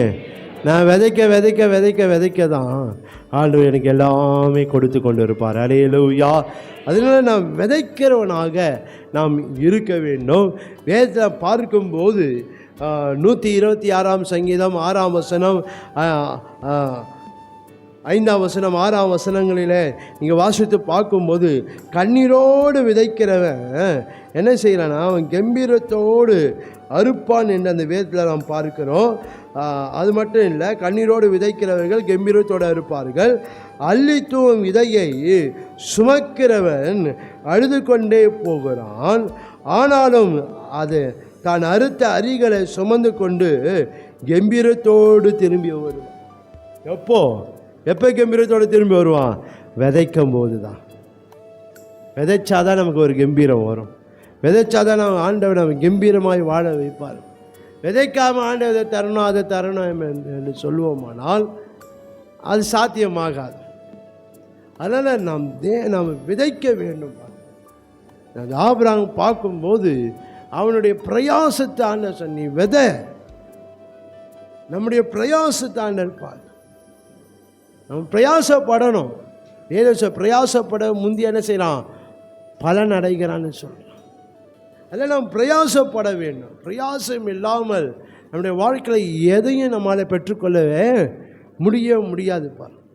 அதில் நம்ம விதைக்கிறதை ஆண்டவர் நமக்கு தந்து அவர் நம்மை ஆசீர்வதிக்கிற தேவனாக இருக்கிறார். ஹல்லேலூயா, ஹல்லேலூயா. 1 கொரிந்தியர் 3 அதிகாரம் 6 வசனம் 7 வசனத்தில் பார்க்கிறோம். அங்கே நாம் பார்க்கும்போது அந்த நம் தேவன் யார் என்றால் அவர் விளைய செய்கிற தேவனாக இருக்கிறார்.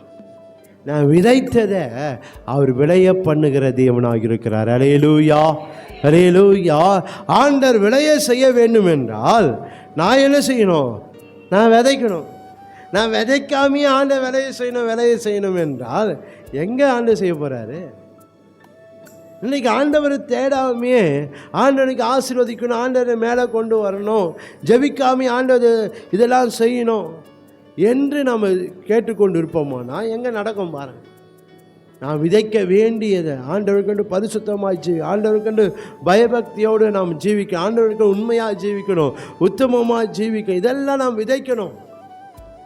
அப்போ தான் ஆண்டவர் அதுக்கேற்ற விளைச்சலை ஆண்டவர் நமக்கு தந்து கொண்டே இருப்பார். ஹல்லேலூயா, ஹல்லேலூயா. அதனால் நான் விதைக்கிறேன்னா பார்க்கணும். விதைச்சா நிச்சயமாக கர்த்தர் அதை எனக்கு தந்து என்னை ஆசீர்வதிக்கிற தேவன். 2 கொரிந்தியர் 10 அதிகாரம் 2 கொரிந்தியர் 9 அதிகாரம் 10 வசனத்தை நீங்கள் வாசித்து பார்ப்பீங்களானால், விதைக்கிறவனுக்கு விதையையும் புசிக்கிறதுக்கு ஆகாரத்தை அளிக்கிறவர் உங்களுக்கு விதையை அளித்து அதை பெருக பண்ணி உங்கள் நீதியின் விளைச்சலை வர்த்திக்க பண்ணுவார். ஹல்லேலூயா. உங்கள் நீதியின் விளைச்சலை நீங்கள் விதைக்கிற அந்த விளைச்சலை ஆனால் என்ன செய்வாராம்? வர்த்திக்க பண்ணுவார். நீதியின் விளைச்சல் அப்படின்றா உதாரணத்துக்கு நான் சொல்லும்போது ஒரு 50% நம்ம விதைச்சாக்கா அதுக்கேற்ற விளைச்சலை கர்த்தர் தருவார். ஹல்லேலூயா. அதான் நீதியின் விளைச்சல். நான் 50 விதைச்சிருக்கிறேன், ஆனால் 25 தான் எனக்கு வருது அப்படின்னு ஆண்டவர் ஒரு நாள் வைக்க மாட்டேன். எது நீதி விளைச்சல்னா, நான் 50 விதைக்கிறேன்னா எனக்கு 50 கர்த்தர் விளைய செய்வார். ஹல்லேலூயா. ஹல்லேலூயா. அந்த விளைச்சல் ஆண்டு என்ன செய்வாராம்? அதை பெருக பண்ணுகிறவராக இருக்கிறார். ஆனால் நான் என்ன செய்கிறேன்னா, நான் என்ன பண்ணுறேன்னா, நான் ஆண்டவரோட நான் ஆண்டவரோட அறிவாளியாச்சேன் இல்லை. நான் என்ன செய்கிறேன்னா 50% விதைக்க வேண்டியன்னா 10% விதைச்சிட்டு நான் என்ன சொல்கிறேன்னா, இதை பார்க்கல ஆண்டவர் என்ன செய்வார்? 1000 மடங்கு என்னை ஆசீர்வதிப்பார். நான் எவ்வளோ விதைக்கணும்? நான் 50% விதைக்கணும். ஆனால் என் அறிவு எப்படி இருக்கு பாருங்களா? 10 விதைச்சிட்டு உக்காந்துட்டு இதை காட்டில் ஆண்டு என்ன செய்வார்? என்ன 1000 மடங்கு அதிகமாக சொல்லின்னு தான் உட்காந்து இருக்கணும். நான் 50 விதைச்சிட்டு தான் சொல்லணும், இதை காட்டிலும் கத்த என்ன 1000 மடங்கு அதிகமாக்குவார். இன்றைக்கு கொஞ்ச காலம் ஜபம் பண்ணிட்டு நான் என்ன சொல்லி கொண்டு இருக்கிறேன்? இந்த காரியத்துக்கெல்லாம் ஜபம் பண்ணி முடிச்சாச்சு, இனிமேல் ஜபம் பண்ண தேவையில்லை. இந்த காரியத்துக்கு இந்த ஜபம் போதும், இதுக்காக இன்னும் நம்ம மாரடிச்சுன்னு தேவையில்லை என்று நம்ம என்ன செய்ய, நம்மளே ஒரு காரியத்தை சொல்லிக்கிறோம். இதுக்கு இவ்வளோ ஜபம் போதும், இதெல்லாம் ஜபம் பண்ணி முடிச்சாச்சு, இதுமே ஜபமே, இதுக்கு பண்ண தேவையே இல்லை, அப்படி தான் சொல்லி உட்கார்ந்து கொண்டு இருக்கிறோம். ஆனால் ஆண்டவர் என்ன சொல்கிறாருன்னா, நீ ஜபம் பண்ணு, நீ ஜபம் பண்ணு, போதும்னு சொல்லக்கூடாது. நம்ம ஆண்ட எவ்வளோ தேடணும் தேடி முடிச்சாச்சுப்பா, இனிமேல் தேட வேண்டிய அவசியமே இல்லை, அப்படிதான் சொல்லி கொண்டு இருக்கிறோம். இல்லை, நான் விதைச்சு கொண்டே இருக்க வேண்டும். ஹல்லேலூயா. நான் முடிவு பறிந்து நான் விதைச்சு கொண்டே இருக்கணும், முடிவு பண்ண உண்மையாக இருக்கணும். ஆனால் எவ்வளோ காலம் உண்மையாக இருக்கிறது, உண்மையாக இருந்ததுலாம் போதும், உத்தமமாக இருந்ததுலாம் போதும், நீதியாக இருந்ததுலாம் போதும், பரிசுத்தமாக இருந்ததுலாம் போதும், என்னத்தை வாரி கட்டிக்கினேன்.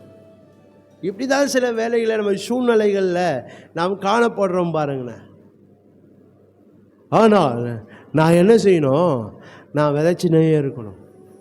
கர்த்தரை விதைத்ததுக்கு அவர் தருவார். ஹல்லேலூயா. நான் என்ன விதைத்திருக்கிறேனோ அதுக்கேற்ற பலனை, அதுக்கேற்ற நன்மையை, நான் என்ன ஆண்டவர் காரியத்தில் பிரயாசப்படுகிறேனோ அதுக்கேற்ற பலனை ஆண்டவனுக்கு தருவார். ஹல்லேலூயா. ஹல்லேலூயா. இந்த ஆபிரகாமுடைய வாழ்க்கையில் பார்க்கும்போது அவன் அவன் விதைக்கிறத பார்க்குறோம், அதில் தான் அவனுக்கு தேவன் சொல்கிறாரு, நான் உனக்கு அதை தருவேன், நீ என்ன விதைச்சையோ நான் உனக்கு அதை தருவேன் என்று ஆண்டவன் ஆபிரகாமுடைய வாழ்க்கையில் இங்கே சொல்லுகிறத பார்க்கணும். அதான் நம்முடைய வாழ்க்கையில் நாம் எப்படியா இருக்கணும். உன் இனத்தை விட்டு வான்னு சொன்னார், உன் தாய் தகப்பன் சொந்த தேசத்தை எல்லாம் விட்டு வான்றாரு. அவன் அப்படியே அதை விதைக்கிறத பார்க்குறோம். எபிரேயரில் பார்க்க தான் போகு இன்ன இடம் என்று தெரியாமல் புறப்பட்டு போனான் என்று வேதம் சொல்லுது. ஆபிரகாம் எங்கே போகிறான்னு எனக்கு தெரியாது, சொல்லிட்டாரு நான் போகிறேன்.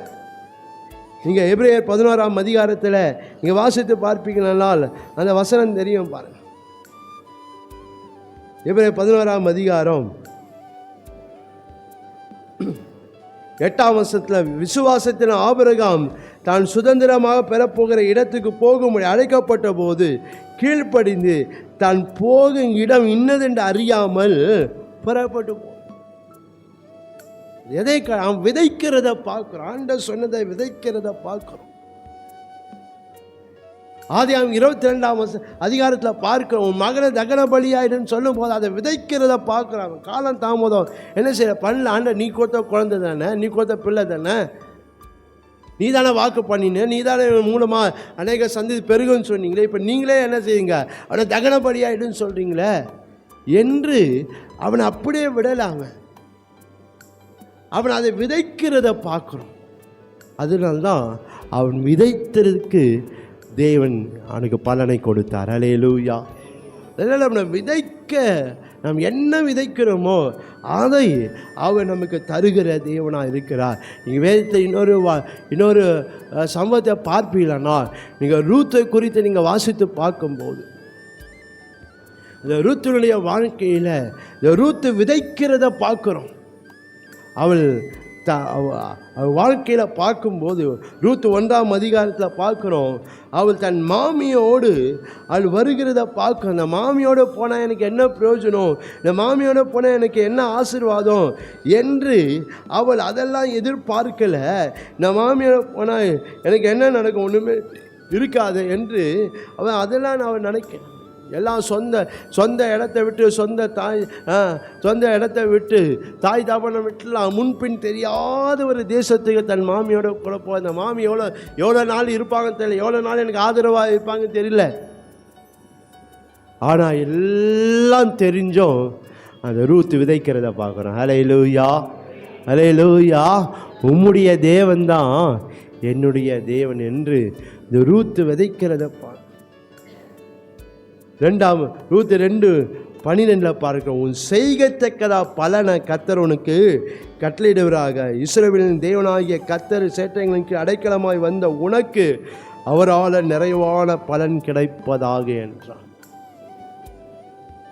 ரூத் என்ன விதைத்தாலோ அதை கர்த்தர் கொடுத்தார். அல்லேலூயா, அல்லேலூயா. அது ஒன்றும் குறைபடலை. இந்த ரூத்துக்கு எவ்வளவு விதைத்தாலும் அவ்வளவுக்கும் கர்த்தர் பலன் தந்தார். அதுக்கு மேலாகவும் என்ன செய்தார், அந்த ரூத்துக்கு இங்கே பலன் கொடுக்கிறதா பார்க்குறோம். அல்லேலூயா, அல்லேலூயா சொல்லாமே, அல்லேலூயா.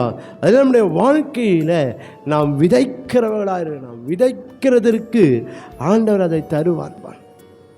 நான் விதைப்போமானால் அந்த விதை ஒரு நாளும் வீண் போகவே போகாது. அல்லேலூயா, அல்லேலூயா சொல்லாமே.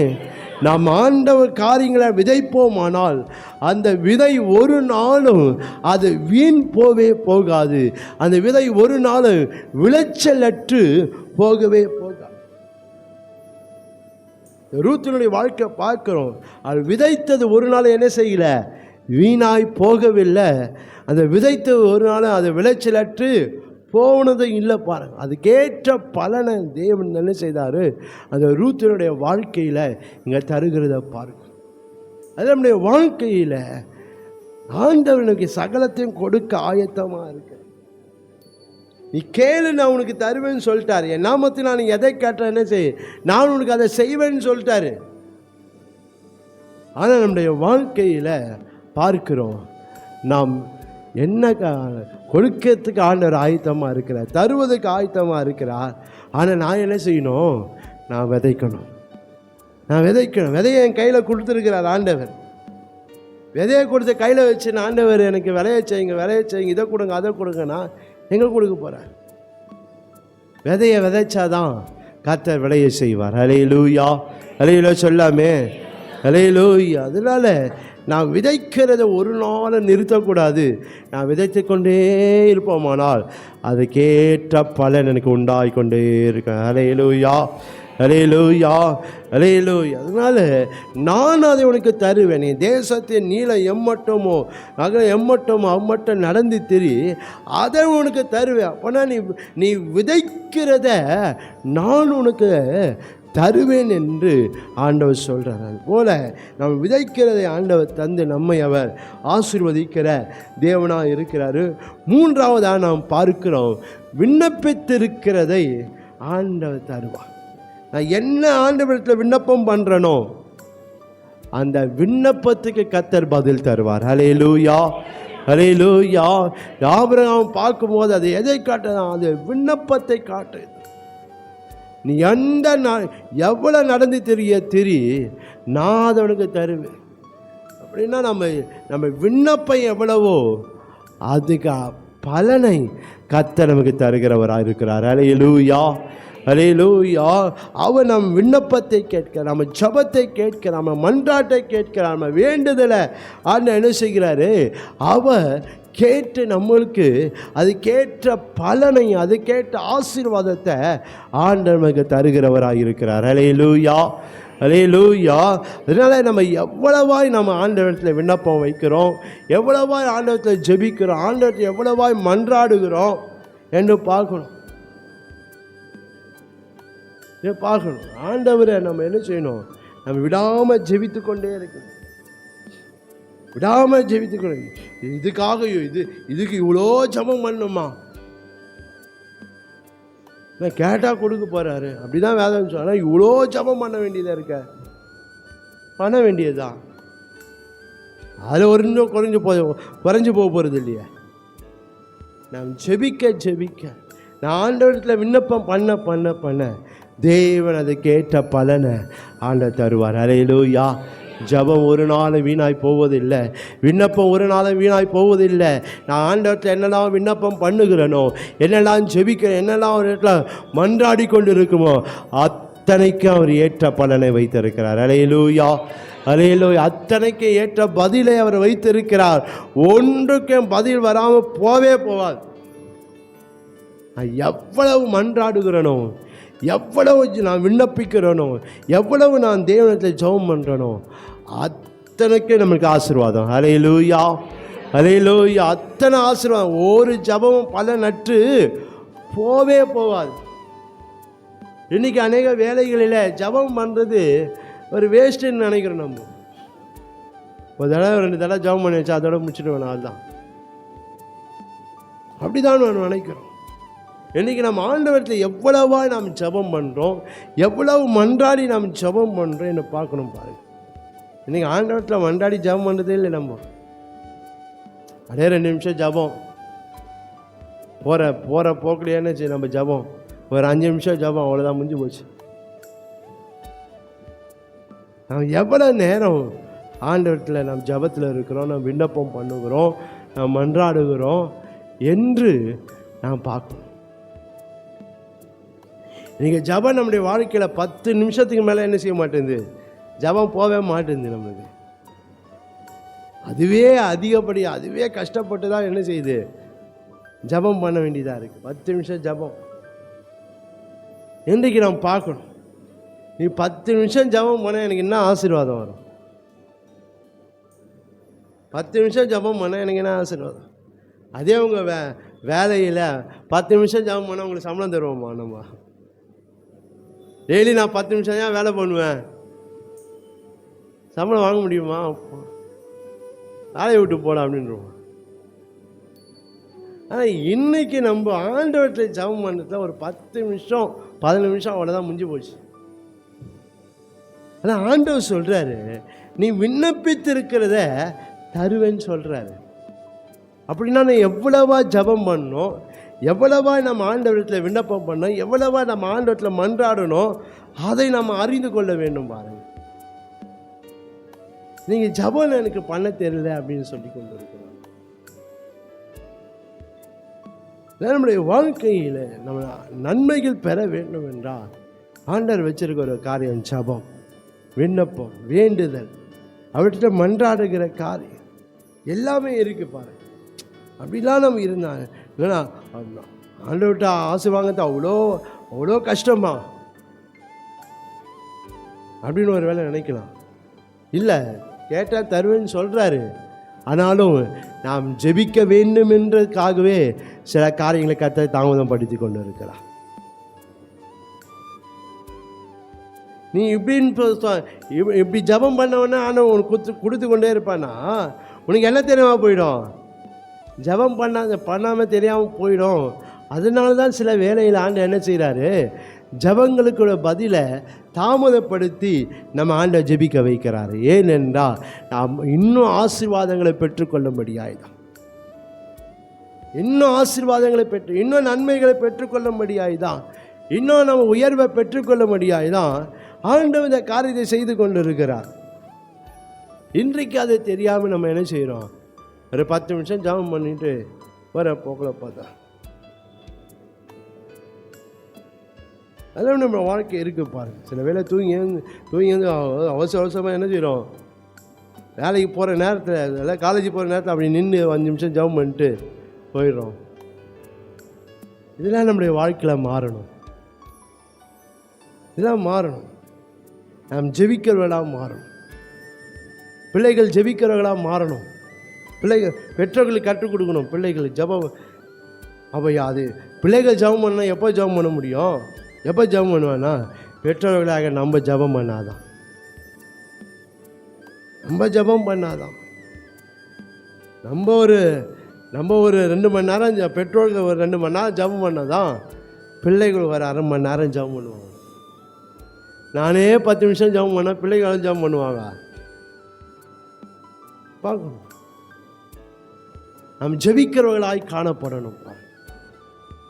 ஏன் நான் விண்ணப்பித்திருக்கிறத அவர் என்ன செய்கிறாரு, நான் என்ன ஜெபிக்கிறேனோ அதை அவர் தர ஆயத்தம் உள்ளவர்களாக இருக்கிறார். அல்லேலூயா, அல்லேலூயா. அந்த பார்க்குறோம் அந்த அந்த ஆபிரகாமுடைய வாழ்க்கையில் பார்க்கும்போது அந்த சூழ்நிலையில் அவன் பார்க்குறோம், அவன் அந்த காரியத்தை செய்கிறத பார்க்க காரியத்தை செய்ய சூழ்நிலை இப்படி இருக்க, இது செய்தால் நடக்குமா அப்படின்லாம் அவனுக்கு எத்தனையோ கேள்விகள் இருக்கலாம். ஆனாலும் அவன் அதை செய்கிறத பார்க்குறோம். அவன் ஆண்டவனுக்கு என்ன சொன்னாரோ, அவன் என்ன விண்ணப்பித்தான் அதன்படியே அந்த ஆபிரகாமுடைய வாழ்க்கை நடக்கிறத நான் பார்க்கிறேன். நீங்கள் பிலிப்பியர் 4ஆம் அதிகாரம் 6ஆம் வசனம் 7ஆம் வசனம் பார்க்க ஒன்றுக்கும் கவலைப்படாமல் விண்ணப்பங்கள் என்ன சோத்திரத்தோடு கூடிய ஜபத்தினால தேவனுக்கு தெரியப்படுத்துங்க. அப்போது எல்லா புத்திக்கு மேலால் தேவ சமாதானம் இருதயங்களை காணப்படும் என்று சொல்லி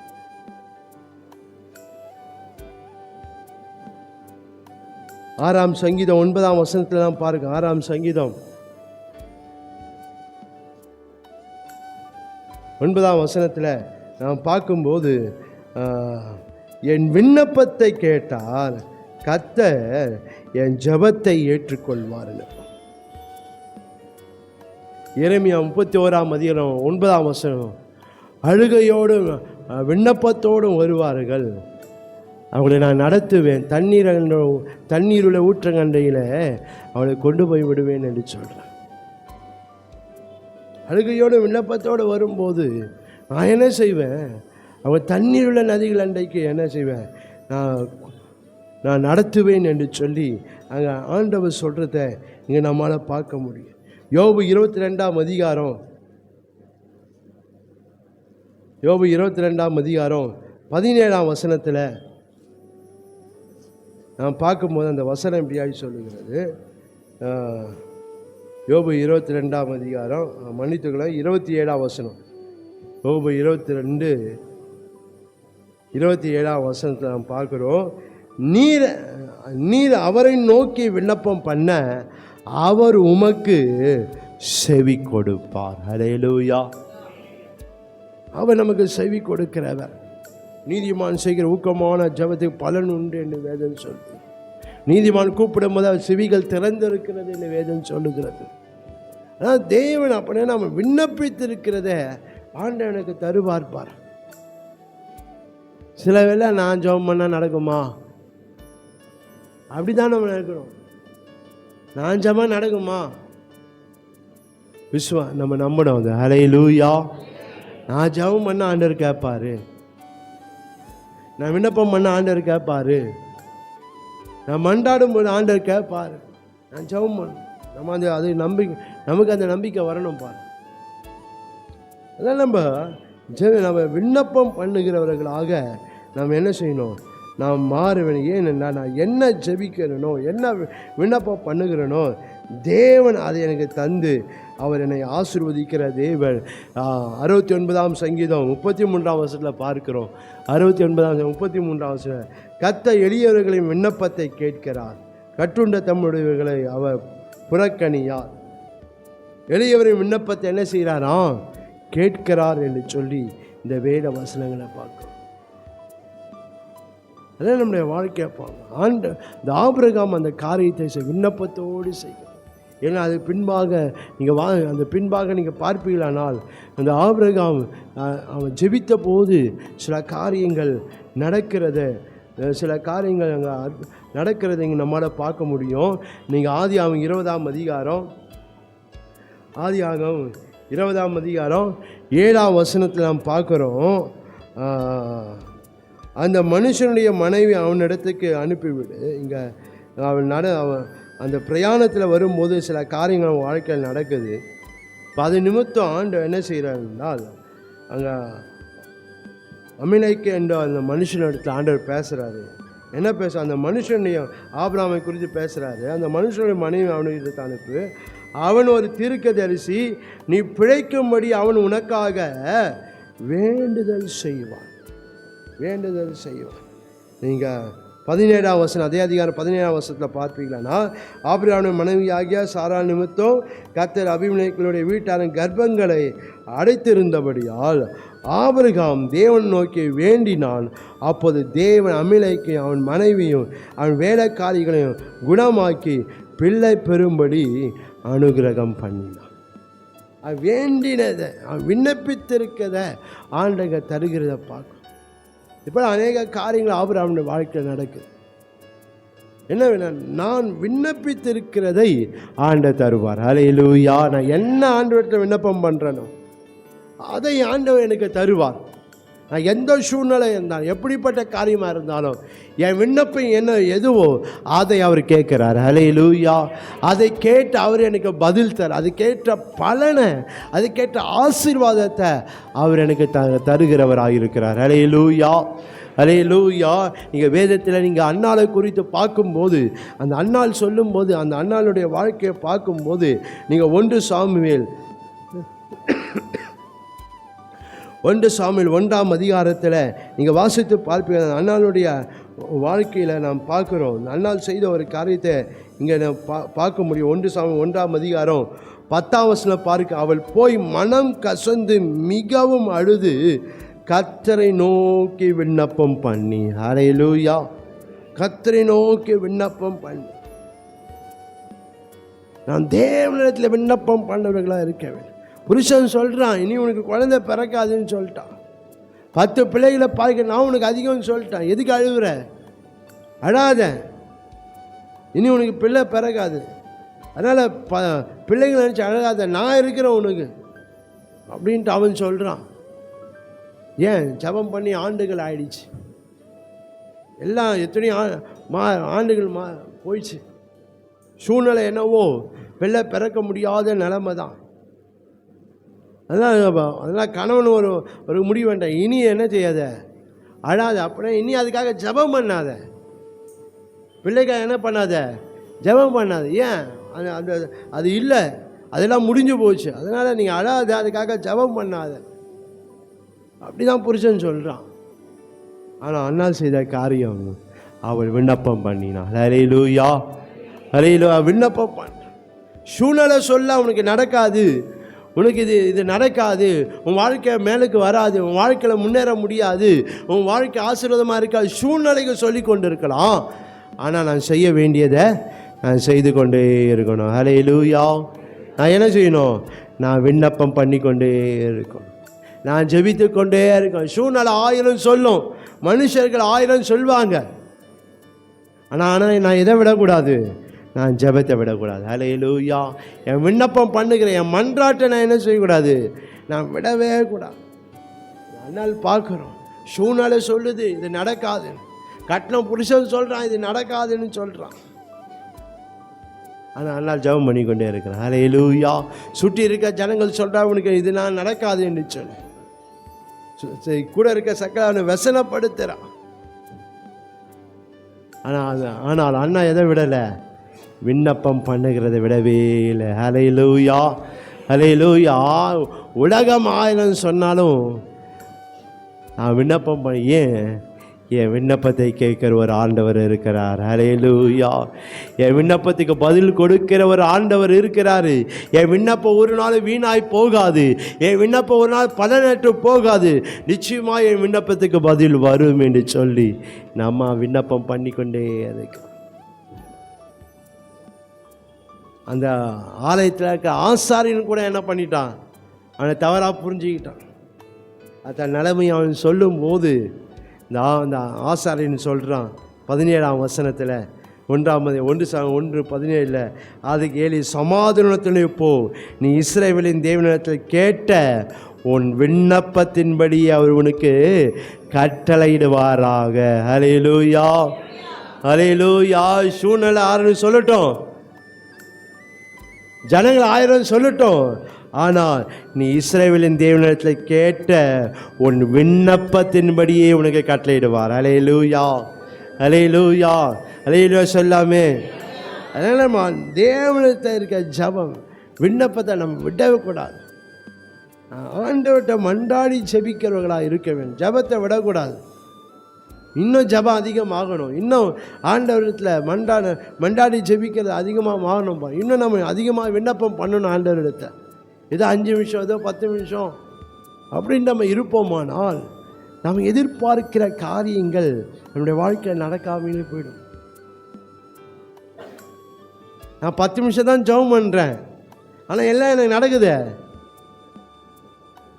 உங்கள் ஜபத்தினால இல்லை, உங்கள் பின்னாடி யாரோ ஒருத்தர் ஜெபம் பண்ணுறாங்க மணிக்கணக்கா, அந்த ஜபத்தினால தான் நடக்குது.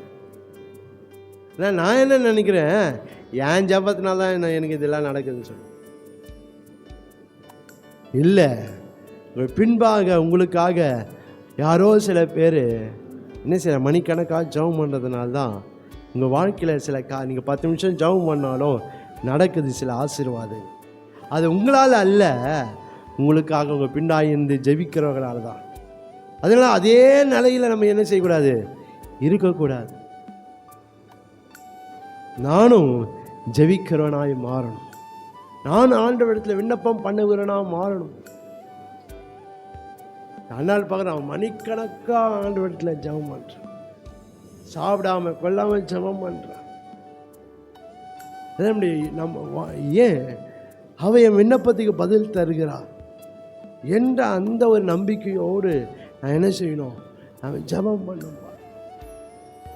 அவள் ஜெபிக்க ஜெபிக்க விண்ணப்பம் பண்ண அவள் வாழ்க்கையில் இருக்க பார்க்கிறோம், அவளுக்கு அடைக்கப்பட்ட கர்ப்பத்தை எல்லாம் கர்த்தர் திறந்து விடுகிறார். ஹல்லேலூயா. இதுவரைக்கும் அடைக்கப்பட்ட இருந்த வாசல் நீ ஜெபிக்க ஜெபிக்க தான் அதை திறக்கப்படும். உனக்காக சில வாசல் அடைக்கப்பட்டு இருக்கு, அது வாசல் திறக்கலையே நீங்கள் சொல்லி கொண்டு இருக்கிறீங்க. ஆனால் இங்கே ஜெபிக்க ஜெபிக்க தான் அந்த வாசல் உங்களுக்காக திறக்கப்படும். எந்த வாசல் திறக்கப்படணும், எந்த நன்மையின் வாசல் திறக்கப்படணும், எந்த மேன்மையின் வாசல் திறக்கப்படணும் நீங்கள் எதிர்பார்த்து கொண்டு இருக்கிறீங்களோ, நீங்கள் ஜெபித்தா அது நடக்கும். ஹல்லேலூயா. நீங்கள் விண்ணப்பம் பண்ணி அது நடக்கும். நீங்கள் ஆண்டவர்கிட்ட மன்றாடினா அந்த வாசல் உங்களுக்காக, அந்த கதவு உங்களுக்காக திறக்கப்படும், அந்த வழி உங்களுக்காக திறக்கப்படும். உங்கள் ஜெபத்தை ஆண்டவர் எதிர்பார்த்து கொண்டு இருக்கிறார். உங்கள் ஜெபத்தை ஆண்டவர் எதிர்பார்த்து, உங்கள் விண்ணப்பத்தை ஆண்டவர் எதிர்பார்த்து கொண்டு இருக்கிறார். விண்ணப்பம் வர வர வர வர உங்கள் ஜெபம் வர வர கர்த்தர் உங்களுக்கு என்று சில வாசல்களை ஆண்டவர் திறப்பார். ஹல்லேலூயா, ஹல்லேலூயா. அந்த அண்ணாள் சொல்லும்போது அந்த அண்ணாள் சொல்லும்போது சொல்கிறாங்க 26ஆம் வசனத்தை 1 சாமுவேல் 26 அப்போது அவள் ஏன்னா அந்த அந்த பிள்ளைலாம் இப்போ பிறந்துட்டு இப்போ பிள்ளையை கொண்டு வந்து ஆலயத்தில் விட அதுதான் நம்மளுடைய பொருத்தனை. பாருங்கள், எத்தனையோ வருஷமாக பிள்ளை இல்லை, நான் பிள்ளை பிறந்த போது அந்த அண்ணாளுடைய இறுதி என்ன செய்யலை, மாறலை. அது என்ன சொன்னாங்களோ அப்படியே ஆலயத்தில் கொண்டு வந்து விடுறதை பார்க்குறோம். எவ்வளோ கஷ்டம்தான், வேதனை தான். ஆனால் சொன்ன வார்த்தையை செய்யணும். ஹல்லேலூயா. இப்போ ஆலயத்தில் கொண்டு வந்து விடுறாங்க, விடும்போது அந்த அதே ஆசாரி அதே ஏலி இருக்கிறார். சொல்லும்போது சொல்கிறாங்க 26ஆம் அப்போது அவள், என் ஆண்டவனே, இங்கே அண்டையில் நின்று கர்த்தரை நோக்கி விண்ணப்பம் பண்ணின ஸ்திரீ நான் தான் என்று என் ஆண்டவனாகிய உம்முடைய ஜீவனை கொண்டு சொல்லுகிறேன். இந்த பிள்ளைக்காக விண்ணப்பம் பண்ணினேன். நான் கர்த்தரிடத்தில் கேட்ட என் விண்ணப்பத்தின்படியே எனக்கு கட்டளை இட்டார். ஹல்லேலூயா. விண்ணப்பத்தின்படி எனக்கு கட்டளை இட்டார். இன்றைக்கு கர்த்தர் நான் விண்ணப்பித்திருக்கிறதை அவர் தருகிற தேவனாக இருக்கிறார். நான் எவ்வளவா தேவனிடத்தில் விண்ணப்பம் பண்ணி கொண்டு இருக்கிறேன், எவ்வளவா நான் தேவனிடத்தில் ஜெபித்து கொண்டு இருக்கிறேன், எவ்வளவா அவரிடத்தில் நான் மன்றாடி கொண்டு இருக்கிறேன் என்று நாம் பார்க்க வேண்டும். அப்படி ஜெபம் பண்ணாதான் மன ஆசீர்வாதம் பெற முடியும். பாருங்களேன், ஒரு உலகத்தானிடத்துலேருந்து ஒரு ஒரு ஒரு ஆசீர்வாதம் வரணும்னா 30 நாள் நான் வேலை செய்தாகணும். அப்போ தான் அவனிடத்துல என்ன செய்ய முடியும், அந்த சம்பளத்தை வாங்க முடியும். யார்? உலகத்தான். தேவனிடத்துலேருந்து ஆசீர்வாதம்னா நான் எவ்வளோ எப்படியா இருக்கணும் பாருங்களேன். தினமும் நான் இடைவிடாமல் ஜெபிக்க, இடைவிடாமல் நான் விண்ணப்பம் பண்ணி கொண்டே நாம் இருக்க வேண்டும். ஹல்லேலூயா. அப்போது ஏற்ற காலத்தில் எனக்கு பலன் வரும். ஹல்லேலூயா. இந்த நாளை பார்க்கும்போது அவர்கள் என்ன விண்ணப்பித்தினார், அது விண்ணப்ப அந்த காரியங்கள் நடக்க முடியாத நிலையில் தான் இருந்தது. ஆனால் அவங்க செய்த விண்ணப்பம் அவங்க காரியங்களை மாற்றுகிறது. ஹல்லேலூயா. ஹல்லேலூயா. அங்கே வாழ்க்கையில் தேவன் புதிய வாசலை இங்கே திறக்கிறத பார்க்கிறோம். புதிய காரியங்களை ஆண்டவர் நீங்கள் செய்கிறத பார்க்கணும். அதான் ஒரு வேளை அந்த கணவன் இங்கே சொல்லும்போது, இப்போது பிள்ளை பிறந்துச்சு, இப்போ கணவன் இப்போ அந்த அம்மா என்ன பொருத்தனம் பண்ணாங்களோ இப்போ அதுபடி செய்ய போகிறாங்க. இப்போது அந்த கணவன் இதை சொல்லும்போது அவர் என்ன சொல்கிறாரு பாருங்களேன். 23ஆம் வசனத்தில், அப்போது அவள் புருஷனாகிய எல்கனான் அவளை நோக்கி, நீ உன் இஷ்டப்படி செய்து நீ என்ன செய்ய பா, என் பிள்ளை நீ எப்படி பண்ணலாம் அப்படின்னு கேட்க முடியல அவரால். ஏன்? அவர் சொன்னார் உனக்கு பிள்ளை பிறக்காதுன்னு சொல்லிட்டு. அதில் தான் அவரால் என்ன செய்ய முடியல, எதிர்த்து பேச முடியல. இன்னும் இஷ்டப்படி செய்யுமா நீ? கர்த்தர் வெட்கப்பட்ட இடத்துல கர்த்தர் அவன் தலையை நிமிர பண்ணுவார். ஹல்லேலூயா. நம்ம எந்தெந்த இடத்துல வெட்கப்பட்டு இருக்கிறோமோ, எந்த இடத்துல தலை குனிஞ்ச தேவன் அதே இடத்துல அவர் தலை நிமிர பண்ணுகிற தேவன். எப்படி என்றா, என் விண்ணப்பத்தை கேட்க, என் விண்ணப்பத்தை நான் விண்ணப்பத்தை ஏறெடுக்க தேவன் என் விண்ணப்பத்தை கேட்டு கர்த்தர் என் சூழ்நிலாம் மாற்றி அவர் என்னை தலை நிமிர பண்ணுவார். ஹல்லேலூயா. அவர் என் தலையை உயர்த்துவார், என் வாழ்க்கையை உயர்த்துவார், என் வாழ்க்கையை கர்த்தர் மேன்மைக்கு ஆண்டவர் கொண்டு வந்து அவர் என்னை ஆசீர்வதிக்கிற தேவனாக இருக்கிறார். ஹல்லேலூயா. ஹல்லேலூயா. உனக்கு அதை தருவேன் சொன்னவர் நிச்சயமாக கர்த்தர் அதை தந்து ஆண்டவர் உங்களை ஆசீர்வதிக்க போகிறார். நம்ம இதோடு நான் முடிக்கிறேன். நான் கண்களை மூடி நான் ஜெபம் பண்ணலாம். தேவன் நம்ம விரும்புகிறதையும் தருவான். நான் என்ன விரும்புகிறேனோ நிச்சயமாக கர்த்தர் அதை தருவான். நான் விசேஷித்திருக்க சில காரியங்கள் நம்ம விசேஷமாக எடுக்கும்போது சில காரியம் விசேஷித்ததை தருவார்னா, சில காரியங்களுக்காக நான் உபவாசம் பண்ணி ஜெபிக்கும் போது நிச்சயமாக தேவன் அதை தருவேன். நான் எந்த காரியம் இதுக்காக நான் விசேஷமாக செய்யணும் என்று எதெல்லாம் செய்யணும், கர்த்தர் அதை விசேஷித்திருக்கிறதை ஆண்டவர் உங்களுக்கு தருவார். தேவன் நிச்சயமாக தேவன் ஆண்டவர் உனக்கு தருவேன் என்று சொன்ன தேசத்தை நீ எழுந்து தேசத்தை நீள அக எம்மட்டுமோ அம்மட்டும் நடந்து தெரியும் அதை உனக்கு தருவேன் என்று சொன்ன தேவன். அதே தேவன கால வேளையில் அவன் நம்மோடு பேசிக்கொண்டு இருக்கிறார். ராபா சந்தா ராபா லாதுராதியாந்தார் ஈ கபௌதியாந்தாரபியா, உனக்கு அதை நான் தருவேன். நீ விசுவாசித்திருக்கிறத, நீ விதைத்திருக்கிறத, நீ விண்ணப்பித்திருக்கிறத, நீ விரும்புகிறத, நீ விசேஷித்திருக்கிறத நான் உனக்கு தருவேன். ஹல்லேலூயா. நன்றியோடு நாங்கள் உம்மை ஸ்தோத்தரிக்கிறோம், உம்மை துதிக்கிறோம். ஆண்டவரை இந்த நாளிலும் கர்த்தர் எங்களோடு நீங்கள் பேசின கிருபைகளுக்காக உமக்கு ஸ்தோத்திரம். உனக்கு அதை தருவேன் என்று சொல்லி எதெல்லாம் எனக்கு தருவீங்க என்று சொல்லி எங்களோடு பேசின இந்த கிருபைகளுக்காக உமக்கு கொடாக்குடி ஸ்தோத்திரம். இதை பார்த்த கேட்ட ஒவ்வொருடைய வாழ்க்கையிலும் ஆண்டவரை தேவன் அவங்கள் அப்பா தேவரி அங்கே விசுவாசித்து இருக்கிறது, அங்கே விதைத்திருக்க விண்ணப்பித்திருக்க, அங்கே விரும்பி இருக்கிறத அங்கே விசேஷித்திருக்கிற காரியத்தில் தேவன் தந்து அவர்களை கர்த்தர் ஆபிரகாமை போல கர்த்தர் அவர்களை நீங்கள் ஆசீர்வதிக்க வேண்டும் நான் ஜெபிக்கிறேன் ஆண்டவரே.